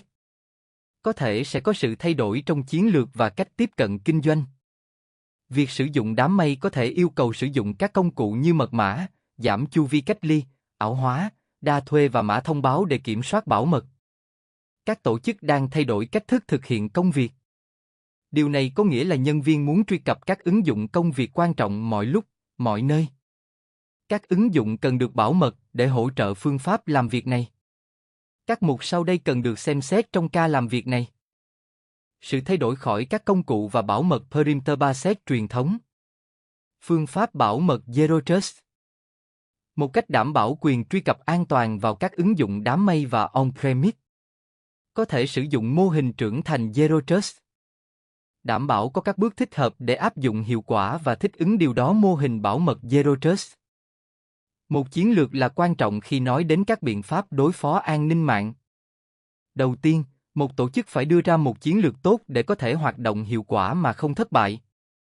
Điều quan trọng là ban quản lý của tổ chức phải phê duyệt chiến lược an ninh mạng được đề xuất. Chiến lược phải bao gồm các mục tiêu, sứ mệnh và khung thời gian. Một số tổ chức có thể sử dụng mô hình trưởng thành để giúp xác định phương pháp bảo mật đang hoạt động tốt như thế nào trong tổ chức. Một số tổ chức có thể chọn không sử dụng mô hình trưởng thành. Mô hình trưởng thành có lợi vì nó diễn ra liên tục, phát triển và giúp đo lường hiệu quả của quy trình. Sẽ hữu ích khi sử dụng ứng dụng bảng điều khiển để cung cấp cho nhóm bảo mật cái nhìn tổng quan về những gì đang xảy ra với các sự cố security related. Một cách tiếp cận tốt là có một bảng điều khiển. Sẽ hữu ích khi có nền tảng Cyber Community nơi các vấn đề về mối đe dọa được chia sẻ, mang lại sự minh bạch. Trang tổng quan cung cấp nền tảng để các nhóm bảo mật và ban quản lý đặt câu hỏi thích hợp về các mối đe dọa trên mạng. Nền tảng này cũng sẽ giúp đào tạo nhân viên về các mối đe dọa trên mạng. Việc lưu giữ số liệu về các mục an ninh mạng sẽ hữu ích cho các tổ chức, Metheki và Cộng sự 2012. Các số liệu này sẽ giúp tổ chức theo dõi những gì đang diễn ra về các mối đe dọa mạng. Các nhóm an ninh mạng có thể sử dụng số liệu này để áp dụng các hành động khắc phục và cải thiện hiệu suất. Đó là một ý tưởng tuyệt vời để sử dụng các yếu tố quy định và tài chính để đáp ứng các yêu cầu và đo lường hiệu suất bảo mật IP. Các số liệu hiệu quả giúp xác định điểm yếu, điều đó xu hướng và sử dụng các nguồn lực để thấy được thành công và thất bại trong chiến lược và triển khai bảo mật. Giáo dục, đào tạo và nhận thức. Tổ chức phải đào tạo nhân viên của mình về các mối đe dọa an ninh mạng. Nhân viên well trained là tài sản của tổ chức. Nhân viên được đào tạo kém sẽ trở thành điểm yếu. Quyết định phải được đưa ra bởi người quản lý của tổ chức. Giáo dục, đào tạo và nhận thức về an ninh mạng có thể quan trọng đối với tổ chức. Những yếu tố này cung cấp cho lực lượng lao động kiến thức và phương pháp đầy đủ để đối phó với các mối đe dọa trên mạng. Thông thường, cần được đào tạo về những nội dung sau, xác định ai có thể trợ giúp trong các cuộc tấn công mạng, những gì cần phải làm và ai có thể giúp tạo ra các quy trình hiệu quả. Nếu chỉ giữ một ý từ chương này, thì đó là sẽ rất hữu ích khi sử dụng ứng dụng bảng điều khiển để cung cấp cho nhóm bảo mật cái nhìn tổng quan về những gì đang xảy ra với các sự cố Security Related. Chapter 7. Trí tuệ nhân tạo, AI, ngày nay đang trở thành một cụm từ ở khắp mọi nơi, Brightgatter 2018. Bạn nghe về AI trên TV, đài phát thanh và Internet. An ninh đã là một chủ đề trong tâm trí mọi người và việc thiếu an ninh sẽ gây tổn hại cho các tổ chức và cá nhân trong thế giới doanh nghiệp cũng như trong nước. Hãy để chúng tôi tóm tắt lại những lời nhắc nhở quan trọng sẽ mang lại lợi ích cho mọi tầng lớp trong cuộc sống. Vấn đề bảo mật không thú vị khi trải nghiệm. Các tổ chức đã phải chịu đựng những tình trạng khó khăn này không xem nhẹ chúng. Các tổ chức nên tập trung vào bảo mật để tránh những tác động tiêu cực đi kèm với các vấn đề điều đó. Việc giảm thiểu có thể được tiến hành để giải quyết các vấn đề bảo mật. Điều quan trọng là các vấn đề an ninh được xác định sớm để giảm thiểu tác động của thiệt hại hoặc tình huống nguy hiểm và có nhiều nguồn lực sẵn có. Quản lý an ninh là cần thiết để quản lý tình hình một cách an toàn. Dữ liệu phải được thu thập cẩn thận, điều này có thể có nghĩa là phải xem qua danh sách kiểm tra để đảm bảo các câu hỏi thích hợp được trả lời và các bước điều đó được thực hiện dựa trên những câu việc này đó. Điều này có thể bao gồm việc thu thập dữ liệu lịch sử về các vấn đề bảo mật. Sau khi dữ liệu chính xác được thu thập, bước tiếp theo là phân tích dữ liệu một cách cẩn thận và điều đó. Dữ liệu thu được có thể giúp dự đoán các vấn đề bảo mật trong tương lai. Cách tiếp cận này có thể giúp cứu vãn những tình huống khó chịu có thể gây tổn hại và tốn kém cho cá nhân hoặc tổ chức. Vấn đề bảo mật có nhiều dạng. Phân tích cẩn thận sẽ đưa ra hướng đi chính xác về cách giải quyết từng vấn đề. AI đã được chọn để cung cấp chỉ dẫn, tuy nhiên, nguồn dữ liệu và chất lượng của dữ liệu quan trọng về mọi mặt. Cuốn sách này đã cung cấp nhiều trường hợp sử dụng khác nhau mà các tổ chức có thể liên quan đến. Các tổ chức có thể sử dụng các trường hợp sử dụng để lập chiến lược hợp lý cho lộ trình cần thực hiện. Điều này dẫn đến việc các tổ chức xác định, phân tích, giám sát, kiểm soát và giảm thiểu rủi ro và bảo mật. Các thuật toán khoa học dữ liệu, phân tích dữ liệu và học máy, ML, được sử dụng để điều đó tốt giữ điều đó mà cuối cùng có thể giúp xác định các hành động khắc phục. AI có thể thực hiện tất cả các phép xác định cần thiết. Máy móc có thể học hỏi từ kinh nghiệm trước đây của con người để có thể thực hiện liên tục hỏi từ các bộ dữ liệu đầu và mới dựa trên sự phát triển của các thuật toán học dẫn đến việc tạo ra ML. Quá trình phát triển hệ thống AI hoàn chỉnh được minh họa từ việc thu thập dữ liệu và cho thấy cách xử lý dữ liệu bảo mật cùng với các đề xuất. Việc thu thập và phát triển dữ liệu giúp người đọc hiểu về cách giải quyết các trường hợp sử dụng như AI, rủi ro và bảo mật trong một tổ chức. AI tạo ra kết quả hiệu quả và ấn tượng trong kinh doanh, đồng thời giúp các tổ chức cải thiện kỹ năng quản lý bảo mật. Bảo mật đã trở nên quan trọng ở mọi nơi vì khối lượng dữ liệu lớn, tốc độ khác nhau và sự đa dạng của dữ liệu đến từ nhiều nguồn khác nhau. Điều này được minh họa và hỗ trợ bằng các nghiên cứu điển hình. Mối lo ngại về bảo mật ngày càng lớn hơn và thường xuyên hơn với bất kỳ mức độ tác động tiêu cực nào và điều đó tích cực không được xác định có thể gây tổn hại cho các tổ chức khi có cơ hội kinh doanh, dẫn đến mất doanh thu. Phạm vi và phạm vi rộng của an ninh tạo ra sự tàn phá ở mọi nơi trên thế giới và trên nhiều dự án khác nhau. Tầm quan trọng của việc quản lý an ninh trong các tổ chức được thể hiện trong nhiều phần của cuốn sách. Tác hại của bảo mật nếu không có sự quản lý thích hợp và sử dụng các công cụ phù hợp có thể nghiêm trọng. Nhiều sự chú ý được dành cho các báo cáo vấn đề với các trường hợp sử dụng phù hợp và đề xuất giải pháp AI sử dụng khoa học dữ liệu và ML. Mô tả toàn diện về AI, rủi ro và bảo mật cung cấp câu trả lời cụ thể cho các câu hỏi quan trọng mà nhiều tổ chức đang gặp khó khăn. Những rủi ro này ở đâu và có thể làm gì để giảm tác động? AI có phải là một phần của câu trả lời cho việc giảm thiểu bảo mật không? Thông qua việc trả lời những câu hỏi này, tổ chức, cá nhân sẽ thu được nhiều kiến thức, kinh nghiệm. Cuốn sách này có thể được sử dụng làm tài liệu hướng dẫn cho các tổ chức đang sẵn sàng tạo hệ thống AI của riêng họ để bảo mật. Ngoài ra, người đọc có thể xem Bigstack.ai để được hướng dẫn thêm. Nhiều công cụ thiết kế AI tùy chỉnh có sẵn tại Bigstack.ai. Người đọc nên thoải mái liên hệ Bigstack.ai nếu họ cần đào tạo về các công cụ được sử dụng để triển khai AI. Điều đáng nhớ nhất ở đây, rất nhiều sự chú ý được dành cho các báo cáo vấn đề với các trường hợp sử dụng phù hợp và đề xuất giải pháp AI sử dụng khoa học dữ liệu và ML. Vậy là mình vừa cùng bạn đi hết cuốn trí tuệ nhân tạo cho an ninh mạng. Trước khi chia tay, cùng điểm lại nhanh những ý đắt giá nhất nhé. Chính sách, quy trình bảo mật và các tiêu chuẩn điều đó. Chính sách việc này giúp tổ chức điều này dữ liệu nhạy cảm và bảo vệ lợi ích của tổ chức. Nếu thấy giá trị, hãy để lại một like và đăng ký kênh để mình ra thêm nhiều sách nói nữa nha. Còn bạn tâm đắc điều gì nhất? Để lại bình luận cho mình biết với nhé.